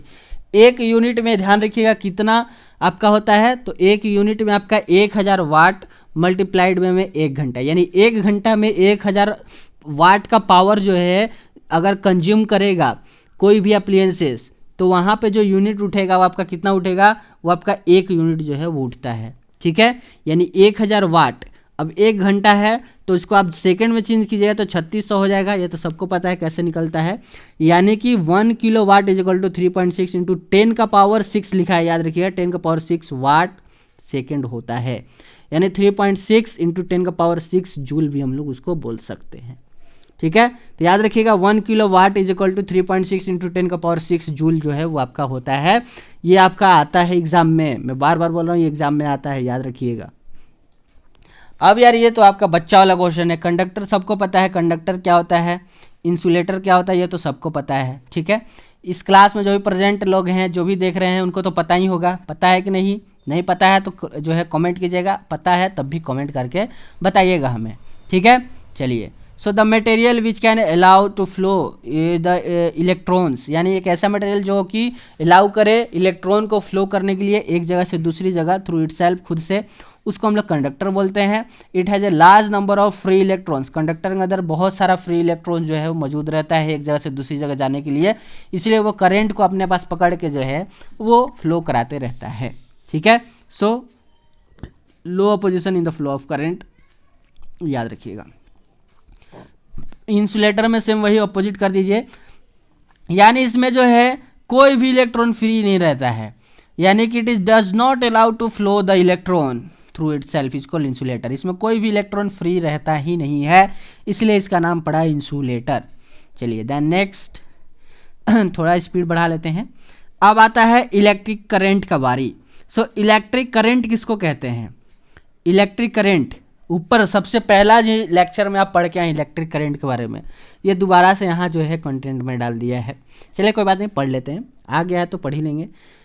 क्या है electric current, the amount of flow of charge through any cross sectional area, यानी कि जो आपका चार्ज का फ्लो है किसी भी cross sectional area of conductor में कितना इन ए यूनिट सेकेंड, यानी कि किसी टाइम में, उसी को कहते हैं इलेक्ट्रिकल करंट। यानी कि एक amount of flow of charge, यानी कि एक चार्ज जो है किसी कंडक्टर में कितना फ्लो कर रहा है एक फिक्स्ड टाइम में, उसी को हम लोग कहते हैं इलेक्ट्रिक करंट। यानी I इज इक्वल टू में Q/T जो है आपका यहाँ पे फॉर्मूला बन जाएगा। सो अब यूनिट क्या होता है आपका इलेक्ट्रिक करंट का, तो याद रखेंगे यूनिट आपका यहाँ से आप फॉर्मूला से ही निकाल लें, यूनिट यहाँ से ही आप निकाल लें यूनिट। चार्ज का हो जाएगा कूलम और टाइम का हो जाएगा सेकेंड, यानी कूलम पर सेकेंड भी हो सकता है। अगर आप सेकेंड के ऊपर ले जाएगा तो इन्वर्स लिखते हैं, यानी कूलम सेकेंड का इन्वर्स, ये आपका यहाँ पे बनेगा यूनिट। दोनों में से कोई भी आप बोल सकते हैं। तो यहाँ देखिए इसमें यूज़ किया है कूलम सेकेंड इन्वर्स जो है वो आपको यहाँ पे यूज़ किया है। ठीक है, उम्मीद है समझ रहे होंगे कैसे क्या दिया है, सारा चीज़ आपको समझ में आ रहा होगा। एम्पियर भी बोल सकते हैं, इलेक्ट्रिक करंट को हम लोग एम्पियर में भी बोलते हैं, या फिर कूलम सेकेंड इनवर्स भी आप बोल सकते हैं। याद रखिएगा, करंट जो है आपका स्केलर क्वांटिटी होता है, इसको हम लोग मेजर करते हैं एमीटर से। ये सारा चीज़ आपको हम ऊपर पढ़ा चुके हैं। डायरेक्शन जो है आपको पता है इलेक्ट्रिक करंट का क्या होता है, इलेक्ट्रॉन का अपोजिट होता है। इलेक्ट्रॉन जिस डायरेक्शन में जा रहा है, इलेक्ट्रिक करंट जस्ट उसके अपोजिट डायरेक्शन में जाएगा। ये सारा चीज़ फर्स्ट लेक्चर में हम लोग कंप्लीट कर चुके हैं। अब यहाँ पे इलेक्ट्रिक पोटेंशियल आया, सो इलेक्ट्रिक पोटेंशियल को अब हम लोग पढ़ेंगे। सो स्टार्ट करते हैं इलेक्ट्रिक पोटेंशियल, उसके बाद आपका ओम्स लॉ जो है आएगा। ठीक है, चलिए तो क्या करें, स्टार्ट करें माय डियर स्टूडेंट्स। चलिए स्टार्ट करते हैं। वीडियोस में आगे बढ़ने से पहले मैं आपको फिर से एक बार जानकारी दे देता हूं कि प्लीज़ आप लोग जो है इस तरह का बेहतरीन क्लास जो है वो देखने के लिए आप जो है सबसे पहले इस चैनल को सब्सक्राइब करें, ताकि इस तरह का टाइम टू टाइम वीडियोस जो है जो आपके टर्म 2 के लिए काफ़ी हेल्पफुल जो है वो हो सकती हैं। ये आपको टाइम से पहले जो है यानी एग्ज़ाम से पहले तक में जो है वो आपको मिल जाए, और आप जो है एग्ज़ाम में ये सारे वीडियोस जितने भी इंपॉर्टेंट जो है आपके लेक्चर जो है वो आने वाले हैं। आगे और भी बेहतरीन क्लास जो है वो मैं आपके लिए ले आ रहा हूँ, और भी अदर सब्जेक्ट का भी। ठीक है, तो आप लोग प्लीज़ चैनल को सब्सक्राइब करें। तो चलिए आगे बढ़ते हैं। और हम लोग तो डायरेक्शन देख ही लिए थे किसका, करंट का। इलेक्ट्रॉन के अपोजिट डायरेक्शन में जो है हमारा चलता है करंट का भाई डायरेक्शन। ये सब चीज़ हम लोग पढ़ चुके हैं पहले ही। देन उसके बाद नेक्स्ट देखते हैं, नेक्स्ट हमारा है किसका बारी, अब है बारी, यार सच में मुंह में जो छाला हुआ है ना उसके कारण जो है वो मैं बोल नहीं पा रहा हूँ, लेकिन मजबूरी ऐसा है कि आपका एग्ज़ाम बहुत पास में है तो मुझे लेना पड़ रहा है। ठीक है, इसलिए कुछ लैंग्वेज जो है वो थोड़ा सा स्लिप कर जा रहा है मुँह से। ठीक है, तो आप लोग जो है वो थोड़ा सा जो है कोऑपरेट कीजिएगा मुझे भी। चलिए, सो इलेक्ट्रिक पोटेंशियल को जो है हम लोग पढ़ेंगे। ठीक है, तो देखते हैं हम लोग इलेक्ट्रिक पोटेंशियल को, और इसको जो है हम लोग समझने की कोशिश करते हैं कि इलेक्ट्रिक पोटेंशियल जो है वो क्या होता है। So electric potential at any point in the electric field, यानी इलेक्ट्रिक पोटेंशियल जो है किसी भी पॉइंट पर एक इलेक्ट्रिक फील्ड में, यानी सपोज यार मैं आपको बताऊं, एक ले लेता हूं यहाँ डायग्राम। ये एक बहुत बड़ा मान लेते हैं कोई चार्ज है, मान लेते हैं प्लस क्यू चार्ज है, इसका अपना इलेक्ट्रिक फील्ड होगा। ठीक है, छोटा ही और बना लेते हैं ताकि ये डायग्राम जो है आपको नोट्स में हूबहू मिल जाए। इसका PDF टेलीग्राम पे मिल जाएगा, आप वहाँ पे जाके ले सकते हैं। तो मान लेते हैं कि आपका एक प्लस क्यू चार्ज है, इसका अपना इस तरह से इलेक्ट्रिक फील्ड है। ठीक है, ये इसका क्या है, ये इसका इलेक्ट्रिक फील्ड है। ठीक है, ये इसका इलेक्ट्रिक फील्ड है, ई लिख देते हैं शॉर्ट में। अब पोटेंशियल डिफरेंस का मतलब क्या होता है, इलेक्ट्रिक पोटेंशियल का मतलब क्या होता है कि एक कोई यूनिट चार्ज है, मान लेते हैं ये यूनिट चार्ज Q है, इसको ये इन्फिनिटी पर रखा हुआ है, यानी कहीं इन्फिनिटी पर हमको डिस्टेंस नहीं पता है कि कितना दूर रखा हुआ है।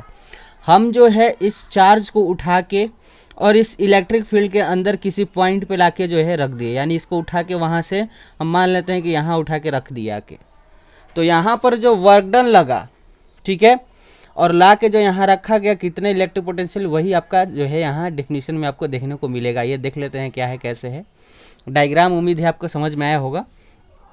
तो electric potential at any point in electric field, यानी इलेक्ट्रिक फील्ड में किसी भी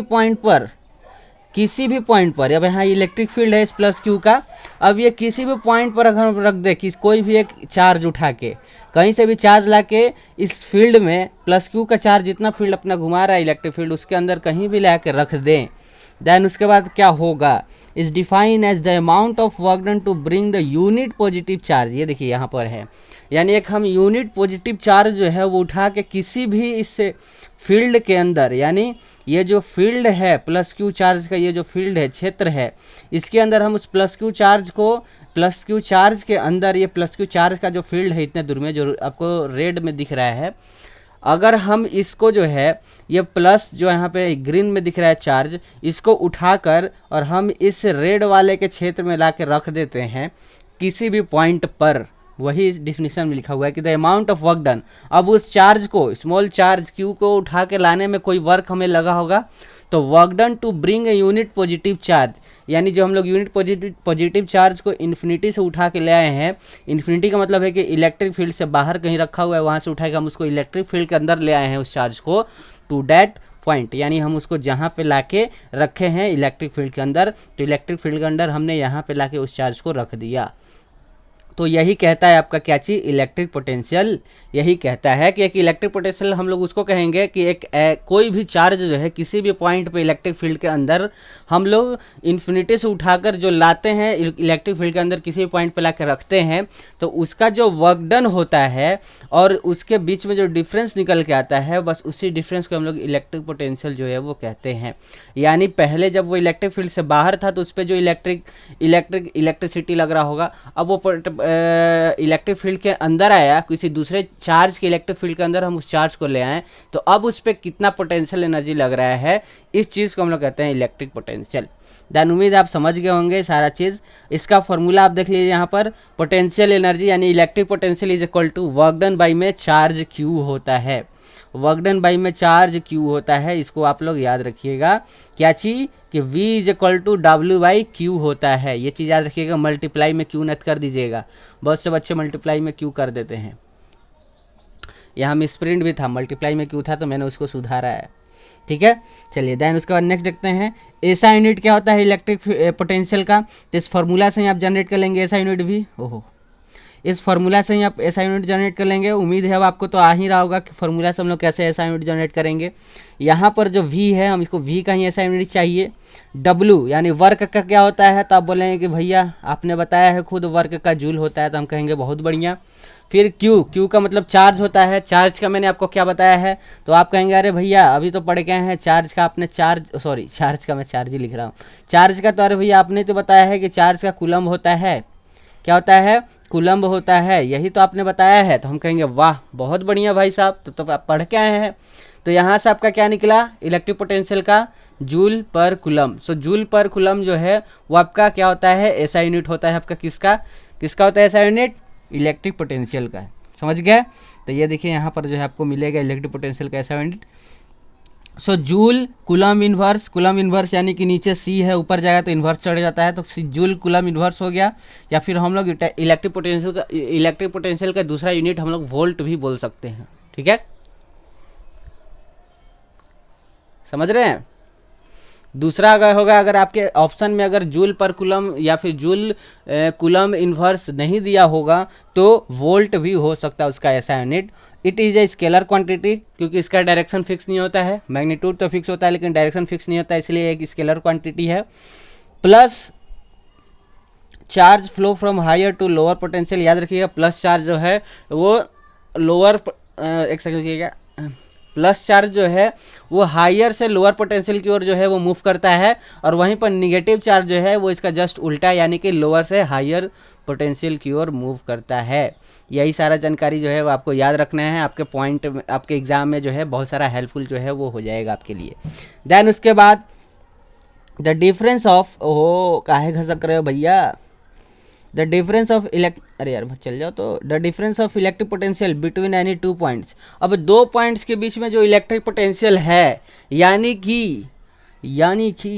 कि ये प्लस क्यू चार्ज था, ये इसने अपना इलेक्ट्रिक फील्ड जो है फैला रखा है। अब यहाँ पे मान लीजिए मैंने कोई दो पॉइंट ले लिया, एक पॉइंट यहाँ पे चार्ज है और एक पॉइंट यहाँ पे चार्ज है, तो इन दोनों के बीच में कितना इलेक्ट्रिक पोटेंशियल का डिफरेंस है ये पता लगाना है। तो वही चीज़ अब हम लोग यहाँ पढ़ रहे हैं। उम्मीद है डायग्राम आपको समझ में आया होगा। So the difference of electric potential between any to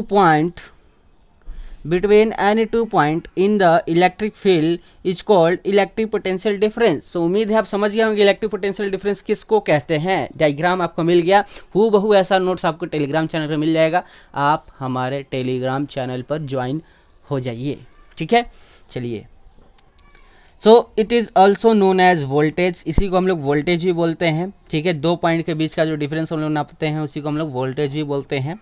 so which is equal to work done, जो कि work done per unit charge के इक्वल होता है बिटवीन किसके बिटवीन में भाई साहब, तो दो पॉइंट्स के बिटवीन में जो वर्क डन लगा कितने यूनिट चार्ज पर, उसी को हम लोग वोल्टेज बोलते हैं। Against the static electric field, में होना चाहिए, यानी कि जो इलेक्ट्रिक फील्ड है वो स्टैटिक्स में होना चाहिए, यानी कि रेस्ट में रहना चाहिए। और स्टैटिक इलेक्ट्रिक फील्ड को हम लोग इलेक्ट्रोस्टैटिक्स भी बोलते हैं। ये चीज़ आपको याद होना चाहिए कि स्टैटिक इलेक्ट्रिक फील्ड को ही हम लोग इलेक्ट्रोस्टैटिक्स भी बोलते हैं। ठीक है, चलिए। सो डिफरेंस निकालने के लिए क्या करेंगे, वी ए बी को हम लोग V A minus V B लिख सकते हैं, और V इज इक्वल टू, अभी आप ऊपर पढ़ के आए हैं, V is equal to work done by क्या होता है, चार्ज होता है।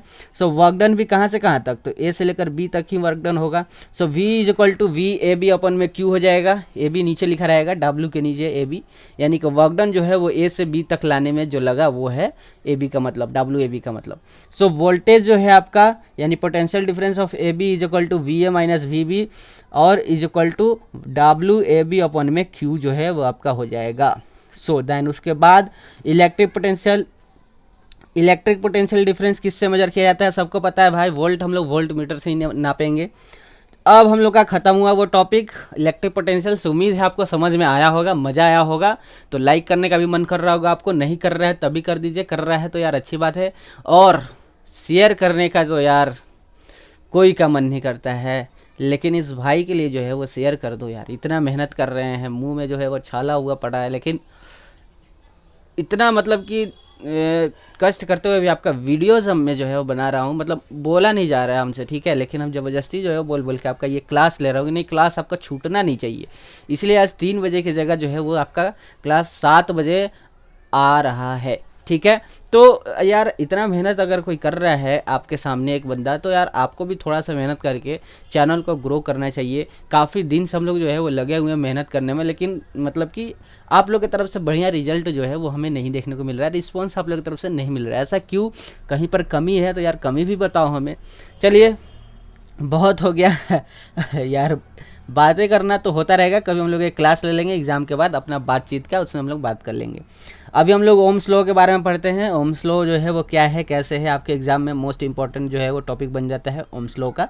सो अकॉर्डिंग टू ओम्स लॉ, इसको रेड से कर देते हैं, Ohm's law. So according to Ohm's law के अकॉर्डिंग देखें, under the constant physical condition, कुछ कांस्टेंट फिजिकल कंडीशन के अंडर में जो पोटेंशियल डिफरेंस है अक्रॉस द कंडक्टर, याद ध्यान से सुनिएगा, कुछ फिजिकल कंडीशन के अंडर में कांस्टेंट टर्म में, यानी कि कुछ फिजिकल कंडीशन जो है टर्म जो है वहाँ पे कांस्टेंट रहेगा, उसमें जो पोटेंशियल डिफरेंस है अक्रॉस द कंडक्टर के अक्रॉस में जो पोटेंशियल डिफरेंस आ रहा है, यानी कि एक कंडक्टर है उसमें किसी भी 2 पॉइंट पे हमने पोटेंशियल डिफरेंस को जो है वो चेक किया, वो जो है वो डायरेक्टली प्रोपोर्शनल हो जा रहा है आपका किसके, करंट के, यानी कि उस कंडक्टर के अंदर कितना करंट फ्लो हो रहा है उसका डायरेक्टली प्रोपोर्शनल हो जा रहा है।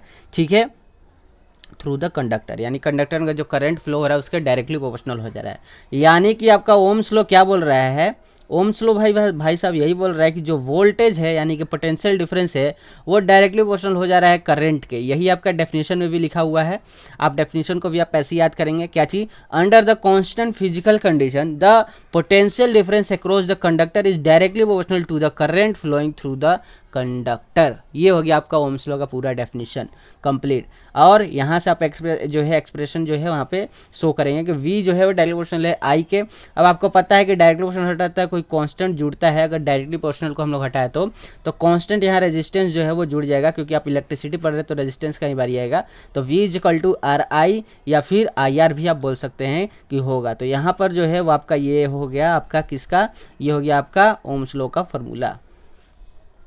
वही चीज़ यहाँ नीचे जो है इस जगह पे लिखा हुआ है, ये सारा चीज़ आप देख लेंगे।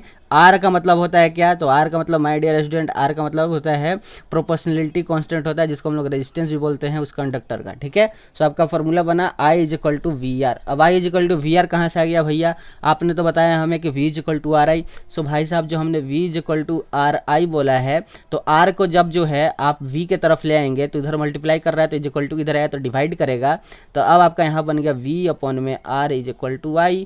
और यही तो वहाँ पर मैंने जो है अभी करा है, यही तो अभी मैंने आपको बताया है, तो इस तरह से आपका यहाँ पे ये बन जाता है। सो उम्मीद है आप समझ रहे होंगे सारा चीज़। सो आर जो है वो किस किस पे डिपेंड करेगा, यानी रेजिस्टेंस जो है वो किस किस पर डिपेंड करेगा, तो याद रखेंगे R depends on nature, geometry यानी कि नेचर पर जो है डिपेंड करेगा रेजिस्टेंस, ज्योमेट्री पर, फिजिकल कंडीशन पर कि कोई चीज़ कांस्टेंट ना हो वहाँ पर, या फिर हो तो यार हमें पहले से ही पता रहे, तो ये सब चीज़ पे जो है वो डिपेंड करता है आपका रेजिस्टेंस। सो आपका ये ओम्स लॉ भी कंप्लीट किया हम लोगों। धीरे धीरे आपका पूरा आज जो है वो कंप्लीट हो जाएगा चैप्टर 1 इलेक्ट्रिसिटी, यानी कि 2 पार्ट में आपका इलेक्ट्रिसिटी कंप्लीट हुआ। इससे पहले हाँ एक जानकारी मैं आपको दूँ, कार्बन एंड इट्स कंपाउंड का मैं जो है वो 2 पार्ट्स में कंप्लीट कराया हूँ पूरा चैप्टर को, तो उसका मैं लिंक जो है आपको यहाँ पे मैं डाल दूंगा, आप जो है डिस्क्रिप्शन में जाके देख लेंगे, आपको कार्बन एंड इट्स कंपाउंड का जो है दिख जाएगा। सिर्फ 2 पार्ट में ही वीडियो बना है, 1-1 घंटे का वीडियो है, कोई ज़्यादा बड़ा नहीं है, 2 पार्ट में पूरा कंप्लीट है, आप उसको देख लीजिए। तो आपका केमिस्ट्री से carbon and its compound complete होगा, साइंस आपका फिजिक्स से जो है आपका इलेक्ट्रिसिटी कंप्लीट होगा, बचेगा तो सिर्फ आपका केमिस्ट्री से आपका 5th चैप्टर जो कि पीरियोडिक टेबल है, और फिजिक्स आपका बच जाएगा क्या चीज़, तो फिजिक्स आपका बच जाएगा मैग्नेटिक इफेक्ट्स। तो ये 2 चैप्टर को हम लोग जो है अभी जस्ट ये चैप्टर खत्म होने के बाद हम लोग स्टार्ट कर लेंगे, और ये भी दोनों चैप्टर को कंप्लीट करेंगे, तो फिजिक्स और केमिस्ट्री आपका पूरी तरह से कंप्लीट हो जाएगा। टाइम मिलेगा तो हम लोग बायोलॉजी को भी कंप्लीट करेंगे, क्योंकि आपका अभी तो हम लोग थ्योरी पार्ट पढ़ रहे हैं, इसके बाद हम लोग को क्वेश्चन आंसर भी करना है विद न्यूमेरिकल, इसलिए मैं बोला कि टाइम मिलेगा तो हम लोग बायोलॉजी को भी कवर करेंगे माय डियर स्टूडेंट्स, ठीक है। बाकी मैथ्स का जो है आपका अभी सरप्राइज होने वाला है, मैथ भी आपका जो है इसी तरह से आएगा, और संस्कृत का भी तो भाई साहब आएगा ही, संस्कृत का भी आपके सामने हम लोग कुछ बड़ा धमाका करने जा रहे हैं। तो यार इस तरह का जो है मज़ेदार क्लास ला रहे हैं हम लोग आपके लिए, तो यार शेयर करो, लाइक करो, सब्सक्राइब करो, ताकि मोटिवेशन हमारा भी हाई रहे, ठीक है। चलो, so the heat generated by electric current, अब जो है हीट जनरेट होता है कहाँ से, इलेक्ट्रिक करंट में कैसे होता है, ये सारा तो हम लोग पढ़ के आए हैं heating effect of electric current में, ठीक है। तो वही सेम चीज़ जो है इधर नीचे पढ़ना है, ठीक है। तो देख लेते हैं क्या है कैसे है, एक बार आपका इस तरह से रिवीजन भी हो जाएगा। चलिए, so the potential difference between 2 points of an electric field is equal to the work done is in moving unit charge from one point to another. ये बोल रहा है क्या कि जो पोटेंशियल डिफरेंस है 2 पॉइंट के बीच में एक इलेक्ट्रिक फील्ड में, फिगर याद कीजिए जो इससे पहले मैंने बताया था पोटेंशियल एनर्जी जब मैं पढ़ा रहा था आपको, सॉरी इलेक्ट्रिक पोटेंशियल जब मैं आपको पढ़ा रहा था, तो उस समय जो मैंने फिगर बनाया था उस फिगर को याद कीजिए। तो वहाँ पे मैंने बोला था कि एक पॉजिटिव चार्ज स्मॉल क्यू को उठा के मैंने जो है इन्फिनिटी से एक इलेक्ट्रिक फील्ड में लाया। तो वही बोल रहा है कि 2 पॉइंट के बीच का जो पोटेंशियल डिफरेंस है इलेक्ट्रिक फील्ड के अंदर, वो इक्वल होगा work done in moving a unit charge. यानी कि ध्यान से समझिए भाई साहब, अगर फिगर आपको समझ में आ गया तो मज़ा आ जाएगा। यानी कि अगर मान लेते हैं ये चार्ज क्यू है, इसका अपना क्षेत्र है भाई साहब, ये इलेक्ट्रिक फील्ड का ये क्षेत्र है। अब इसमें एक सॉरी, अब इसमें जो है वो एक चार्ज क्यू घूम रहा है, ठीक है, इस तरह से घूम रहा है। तो यहाँ से ये घूमते घूमते घूमते यहाँ पे आया, सो ये चार्ज क्यू यहाँ था, अब यहाँ आ गया। तो यहाँ से यहाँ जाने में इसका जितना भी पोटेंशियल एनर्जी का, सॉरी इलेक्ट्रिक पोटेंशियल का डिफरेंस होगा, ठीक है, वही चीज़ होता है इलेक्ट्रिक पोटेंशियल डिफरेंस। यानी कि पोटेंशियल जो आपका होता है, क्या चीज़ था उसको, उसी को हम लोग क्या बोलते हैं, पोटेंशियल डिफरेंस बोलते हैं। इसी को हम लोग क्या बोलेंगे, पोटेंशियल डिफरेंस। एक पॉइंट से दूसरे पॉइंट पे चार्ज को मूव करते समय जो डिफरेंस लगा पोटेंशियल का, वोल्टेज का जो डिफरेंस हुआ, उसी को हम लोग बोलते हैं पोटेंशियल डिफरेंस। अब तो क्लियर हो रहा होगा माय डियर स्टूडेंट। चलिए, सो वो बोल रहा है कि the potential difference between 2 points in an electric field is equal to, अब यहाँ से यहाँ इस जगह से चार्ज को इस जगह जाने में अपना भाई कोई तो कोई काम किया होगा, तभी तो गया होगा। अब हम ही लोग यहाँ से जो है बस स्टैंड हमें जाना है, तो यार हम अपने आप पे कुछ काम करेंगे, यानी हम चलेंगे तभी तो बस स्टैंड पहुँचेंगे, यानी कुछ वर्क करेंगे तभी तो पहुँचेंगे। तो ये चार्ज वहाँ से वहाँ गया होगा कुछ वर्क करके, तो वर्क डन तो वो हमेशा किसके इक्वल होता है, यानी इलेक्ट्रिक पोटेंशियल जो है वो किसके इक्वल होगा, work done in moving a unit charge. यानी एक चार्ज जो मूव कर रहा है उसके वर्क डन के कहाँ से कहाँ, एक पॉइंट से दूसरे पॉइंट की ओर। यही डेफिनेशन आपको यहाँ लिखा हुआ है। सो इससे आपको क्या पता चला, तो इससे आपको पता चला कि work done is equal to potential difference, यानी कि V is equal to V into में Q, यानी कि चार्ज हो जाता है, ठीक है। यानी V is equal to W is equal to V into में Q हो जाता है, ठीक है। सो उम्मीद है आपको समझ में आया ये चीज़। और ये आपका यहाँ पे जो फॉर्मूला है वो आपका नया नहीं है, क्योंकि आप इससे पहले आप पढ़ के आए हैं। क्या पढ़े हैं भाई साहब, ये रिलेट करके पढ़ो यार। वोल्टेज इज इक्वल टू, अभी आप पढ़ के आए हैं वर्क डन बाई में Q। अब इस Q को उठा के ले जाइए V के तरफ, तो बनेगा क्या, अब बनेगा V मल्टीप्लाइड बाई में Q is equal to W। और यही फार्मूला तो ऊपर लिखा हुआ हमें दिख रहा है, यही फार्मूला तो हमें ऊपर लिखा हुआ दिख रहा है, दिख रहा है, यस। तो यह फार्मूला रिलेट करना सीखो। अब ये यहाँ पे and Q is equal to I into T, Q charge है, I यहाँ पे करंट है और T आपका टाइम है। यह भी फार्मूला आप रिलेट कीजिए, कहाँ से आया गया है, कहाँ से इसको लाया गया है, Q is equal to I into में T। तो आप बोलेंगे अरे भैया ये तो करंट का है, इलेक्ट्रिक करंट का, तो हम बोलेंगे वाह, इसको बोलते हैं दिमाग। हम बोलेंगे यस, सही बोले आप। Electric current is equal to, मैंने आपको क्या बताया था, चार्ज अपॉन में टाइम, चार्ज अपॉन में टाइम। तो यहीं से आप इस टाइम को जो है इलेक्ट्रिक करंट आई की तरफ ले जाइए, तो Q इज इक्वल टू क्या आ जाएगा, Q इज इक्वल टू क्या आ जाएगा, आई इंटू में T आ जाएगा। समझ गए। तो ये सब चीज़ यार छोटे छोटे जो है ना फार्मूला जब आप लोग याद रख लें, क्योंकि आपका एग्जाम पास में आ रहा है, तो इतना छोटा फार्मूला भी अभी तक आपको याद नहीं है, तो फिर आप क्या कर रहे हैं। तो अब यहाँ पे कुछ नहीं करना है माय डियर स्टूडेंट। अब जो आपका यहाँ फार्मूला बना, यहाँ पे जो work done is equal to V into में Q था, अब यहाँ Q के जगह पे आप जो है ये वाला चीज़ रख दीजिए, यानी Q is equal to I into T था, तो इस Q के जगह पे जो है आप आई इंटू टी रख देंगे, बाकी V is equal to W I T जो है आपका यहाँ पे बन के तैयार हो जाएगा। अब ओम्स लॉ क्या कहता है, ओम्स लॉ कहता है V is equal to I R, यानी कि भैया अब इससे हमको ये संकेत हो रहा है कि इस V के जगह पे भी हमको क्या रखना पड़ेगा, आई आर रखना पड़ेगा। तो हम कहेंगे यार रख लो, इसमें क्या आता है, तो आप जो है वहाँ रख लेंगे V के जगह पे आई आर, तो आपका सॉरी तो आपका यहाँ पे एक आई ये है, एक आई ये है, तो आई स्क्वायर हो जाएगा। तो आपका अब यहाँ पे एक फार्मूला बन जाएगा आई स्क्वायर आर टी, ठीक है। तो यहाँ पे आपका W is equal to I square R T बन गया। तो अब आपको एक चीज़ पता होना चाहिए, क्या चीज़ पता होना चाहिए भैया, यही कि since heat produce by the electric current में जो हीट प्रोड्यूस हो रहा है वो इक्वल होता है भाई साहब वर्क डन के। ये चीज़ आपको पता होना चाहिए कि इलेक्ट्रिक करंट में जो हीट प्रोड्यूस होता है वो वर्क डन के जो है वो इक्वल होता है, यानी कि हम जितना वर्क करेंगे उतना ज़्यादा मेरे अंदर हीट प्रोड्यूस होगा, यानी कि सॉरी यानी क्या हुआ, यानी कि एक तरह से हम बोल सकते हैं कि heat is equal to work done. HW homework नहीं है, ये H is equal to W है, यानी कि heat is equal to work done है, यानी कि हम जितना वर्क करेंगे उतना हीट प्रोड्यूस होगा। तो अब जो हमारे पास यहाँ एक नया फार्मूला बन के आया था वर्क डन का, क्या बना था, यहाँ से बन के आया था ना कि आई स्क्वायर आर टी।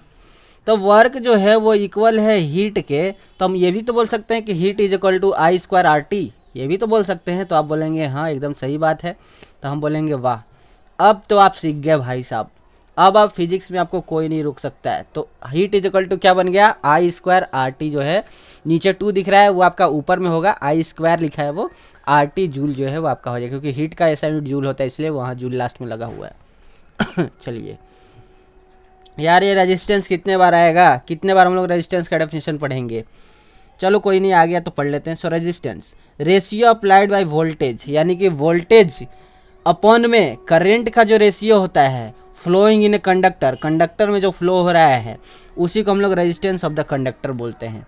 यानी voltage applied by a conductor with current flowing through the conductor is called, आपका क्या हो जाएगा रेजिस्टेंस हो जाएगा। यानी कि रेशियो जो है आपका किसके बीच में, वोल्टेज और करंट के बीच में जो रेशियो है जो कि कंडक्टर के अंदर फ्लो कर रहा है, उस चीज़ को हम लोग रेजिस्टेंस बोलते हैं। चलिए सो रेजिस्टेंस का यार सबको फार्मूला पता होगा मेरे ख्याल से, क्योंकि बहुत पहले से हम लोग पढ़ते आ रहे हैं। क्या होता है, R is equal to V upon में I। गुड गुड, बहुत अच्छे। चलिए द नेक्स्ट, ऐसा यूनिट बताएगा कोई हमें रेजिस्टेंस का, तो आप बोलेंगे ओम, तो हम बोलेंगे अच्छी बात है। कोई दूसरा भी होता है क्या, तो आप बोलेंगे कि नहीं पता, तो आप याद कर लेंगे वोल्ट एम्पियर इन्वर्स भी जो है वो आपका ऐसा यूनिट होता है। याद क्या करना है, यहीं पर आप कर लीजिए ना यार, पोटेंशियल डिफरेंस, V का मतलब पोटेंशियल डिफरेंस, और V पोटेंशियल डिफरेंस का ऐसा यूनिट क्या होता है, वोल्ट होता है। I का मतलब करंट, करंट का ऐसा यूनिट क्या होता है, एम्पियर होता है। तो यहाँ से बन गया वोल्ट पर एम्पियर, और अगर आप एम्पियर को ऊपर ले जाएंगे तो आप वोल्ट पर एम्पियर को वोल्ट एम्पियर इन्वर्स भी बोल सकते हैं। तो इसको याद क्या करना है आप यार, डेरिवेशन सारा याद ही रखो, समझ गए। चलिए द नेक्स्ट, नेक्स्ट क्या है, नेक्स्ट है आपका resistance is the opposition offered by the conductor in the flowing current, यानी रेजिस्टेंस जो है वो अपोज करता है करंट का, सिंपल सा ये भाषा यहाँ पे लिखा हुआ है, करंट को जो है, करंट के फ्लो को जो है वो अपोज करता है रेजिस्टेंस, ये चीज़ आप याद रखेंगे। चलिए सारा इंपॉर्टेंट पॉइंट जो है वो मैं आपको बताते चल रहा हूँ, आपके एग्जाम में वो जो है वो बहुत ज़्यादा हेल्पफुल जो है वो आपको रखेगा। प्रैक्टिकली देखें क्या, प्रैक्टिकली आर जो है वो इन्वर्सली डायरेक्टली प्रोपोर्शनल होता है एल के यानी लेंथ के, आर जो है इन्वर्सली प्रोपोर्शनल होता है 1 में area of A cross section के, यानी एक तरह से जो हम लोग पीछे फार्मूला पढ़ के आए हैं, क्या चीज़ पढ़ के आए हैं, R is equal to rho L by A, formula पढ़ के आए ना, वही इसका डेरिवेशन दोबारा आ गया है। So R is equal to L by A हो जाएगा, ये सारे डेरिवेशन में आपको पीछे फर्स्ट पार्ट में करा चुका हूँ, ठीक है, तो आप वहाँ से देख लेंगे फर्स्ट पार्ट, या फिर इसी में शायद हम लोग किए हैं, आप वहाँ पे देख लेंगे, या फिर हम समझाए हैं, आप देखे होंगे, दोनों पार्ट देख ही रहे हैं साथ में, तो आपको पता ही होगा। सो यहाँ पे R is equal to rho L by A जो है हो जाएगा, इसको हम लोग रो बोलते हैं, और रो को प्रोपोर्शनलिटी कांस्टेंट बोलते हैं, या फिर हम इसको स्पेसिफिक रेजिस्टेंस ऑफ कंडक्टर भी बोलते हैं रो को, ठीक है। चलिए then it only depends upon nature, जो रो है वो सिर्फ नेचर पर ही डिपेंड करता है, यानी मटेरियल पर ही डिपेंड करता है, और टेम्परेचर पर डिपेंड करता है कंडक्टर के, याद रखिएगा। स्पेसिफिक रेजिस्टेंस जो है वो आपका मटेरियल और टेम्परेचर पे ही सिर्फ डिपेंड करता है, और किसी पर डिपेंड नहीं करता है। ये सारा इंपॉर्टेंट पॉइंट है यार, ये नोट कर लो या फिर याद रखो। सो स्पेसिफिक रेजिस्टेंस या फिर जिसको हम लोग रेजिस्टिविटी बोलते हैं, उसका फॉर्मूला हो जाएगा क्या चीज, rho is equal to R A by L, ये सारा चीज़ मैं आपको पहले ही करा चुका हूँ। और स्पेसिफिक रेजिस्टेंस या फिर रेजिस्टिविटी का जो एसआई यूनिट होगा वो ओम मीटर होता है, ये सारा चीज़ पढ़ चुके हैं आप लोग। कॉम्बिनेशन ऑफ रेजिस्टेंस यार अभी हम लोग पूरा डेरिवेशन करके आए हैं, तो इसको तो पढ़ाना ही नहीं है, आप इसको जो है आप खुद से पढ़ लीजिएगा। इसका नोट्स जो है मैं बार बार बोल रहा हूँ, इसका नोट्स लेने के लिए ये जो आपको हूबहू ऐसा ही नोट्स आपको मिल जाएगा टेलीग्राम चैनल पे, आप जो है ज्वाइन हो जाइए, वहाँ पे आपको सारा नोट्स प्रोवाइड करवाया जाता है, क्लास से रिलेटेड हर चीज़, ठीक है। तो आपको सब पता है, सीरीज में R1 plus R2 plus R3 होता है टोटल रेजिस्टेंस, और पैरेलल में क्या हो जाएगा 1/R RS is equal to 1/R1 plus 1/R2 plus 1/R3 होता है। चलिए दैन उसके बाद नेक्स्ट आते हैं, इलेक्ट्रिक एनर्जी क्या होता है। इलेक्ट्रिक एनर्जी कौन बताएगा मुझे, इलेक्ट्रिक एनर्जी किसको कहते हैं। So electric energy is the amount of work done. Electric energy जो है वो एक तरह का अमाउंट ऑफ वर्क डन होता है जो मेंटेन करके रखता है continuous flow of electric current, यानी इलेक्ट्रिक करंट को कंटिन्यूअस फ्लोइंग में जो है वो अपना संभाल के रखता है, यानी मेंटेन करके रखता है उसको, कि सर्किट में भाई कंटिन्यूअस फ्लो होना चाहिए करंट, उस चीज़ को जो है ये आपको मेंटेन करके रखता है, उसके वर्क डन को ये मेंटेन करके रखता है। तो इस मेंटेनेंस में जो वर्क वो करता है उसी वर्क को हम लोग इलेक्ट्रिक एनर्जी कहते हैं, जिसका कि ऐसा यूनिट जूल होता है, ठीक है। एनर्जी का ऐसा यूनिट क्या होता है, जूल होता है। पावर का ऐसा यूनिट क्या होता है, वाट होता है, समझ गए। हीट का ऐसा यूनिट क्या होता है, जूल होता है। तो एनर्जी और हीट दोनों सेम चीज़ होता है, इसलिए दोनों का ऐसा यूनिट जूल होता है।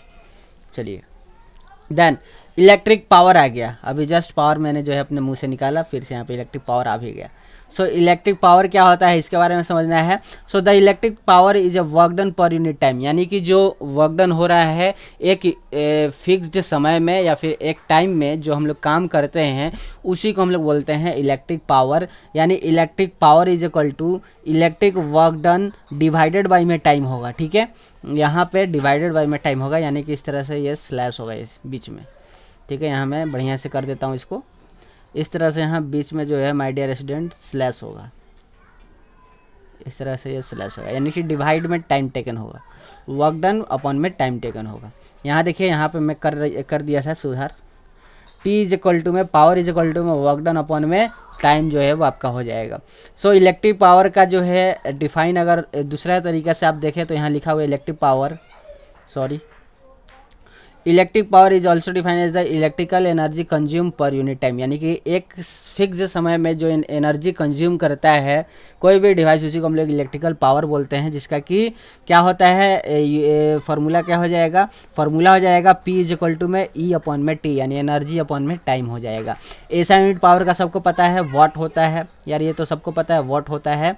और ये एक इम्पॉर्टेंट चीज़ है, क्या चीज़, कि 1 जूल इज इक्वल टू क्या होगा, तो 1 joule of the energy is used in 1 second, यानी कि 1 जूल एनर्जी 1 सेकेंड में यूज हो तो हम उसको बोलेंगे कि वो 1 वाट का जो है वो डेफिनेशन होगा।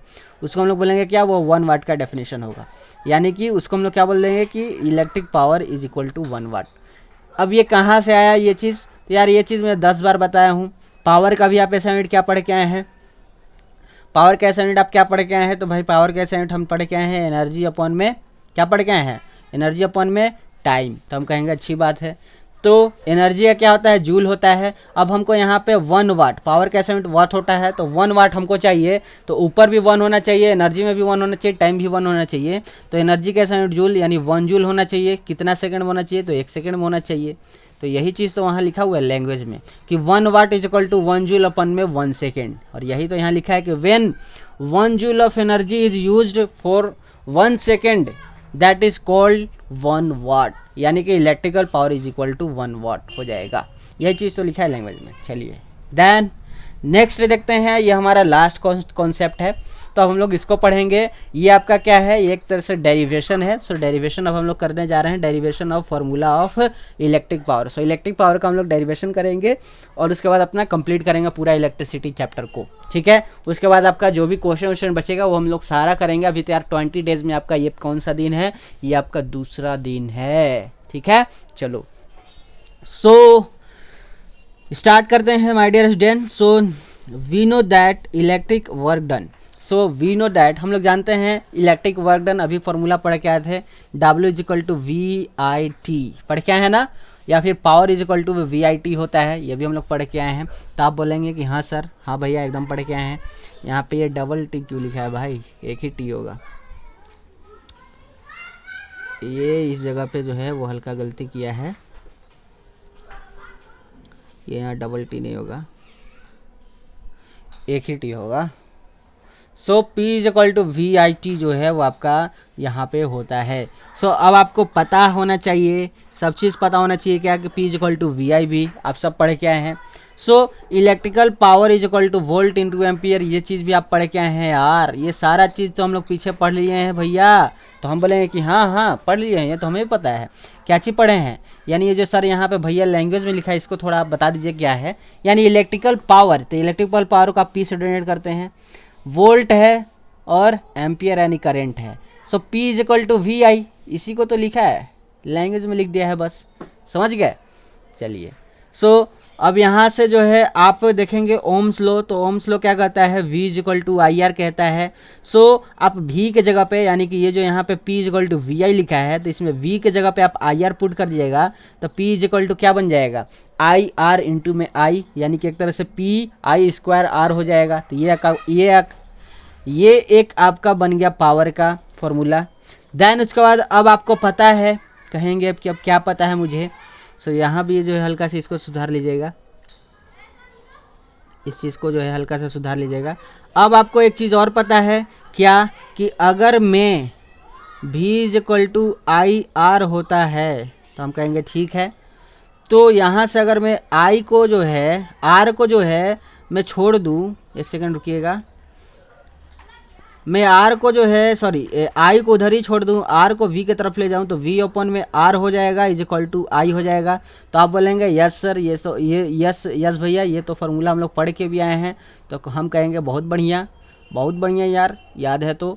सो I is equal to V upon में R हो जाएगा। सो देन उसके बाद आपको पता है फार्मूला, कौन सा, P is equal to VI पता है, P is equal to VI।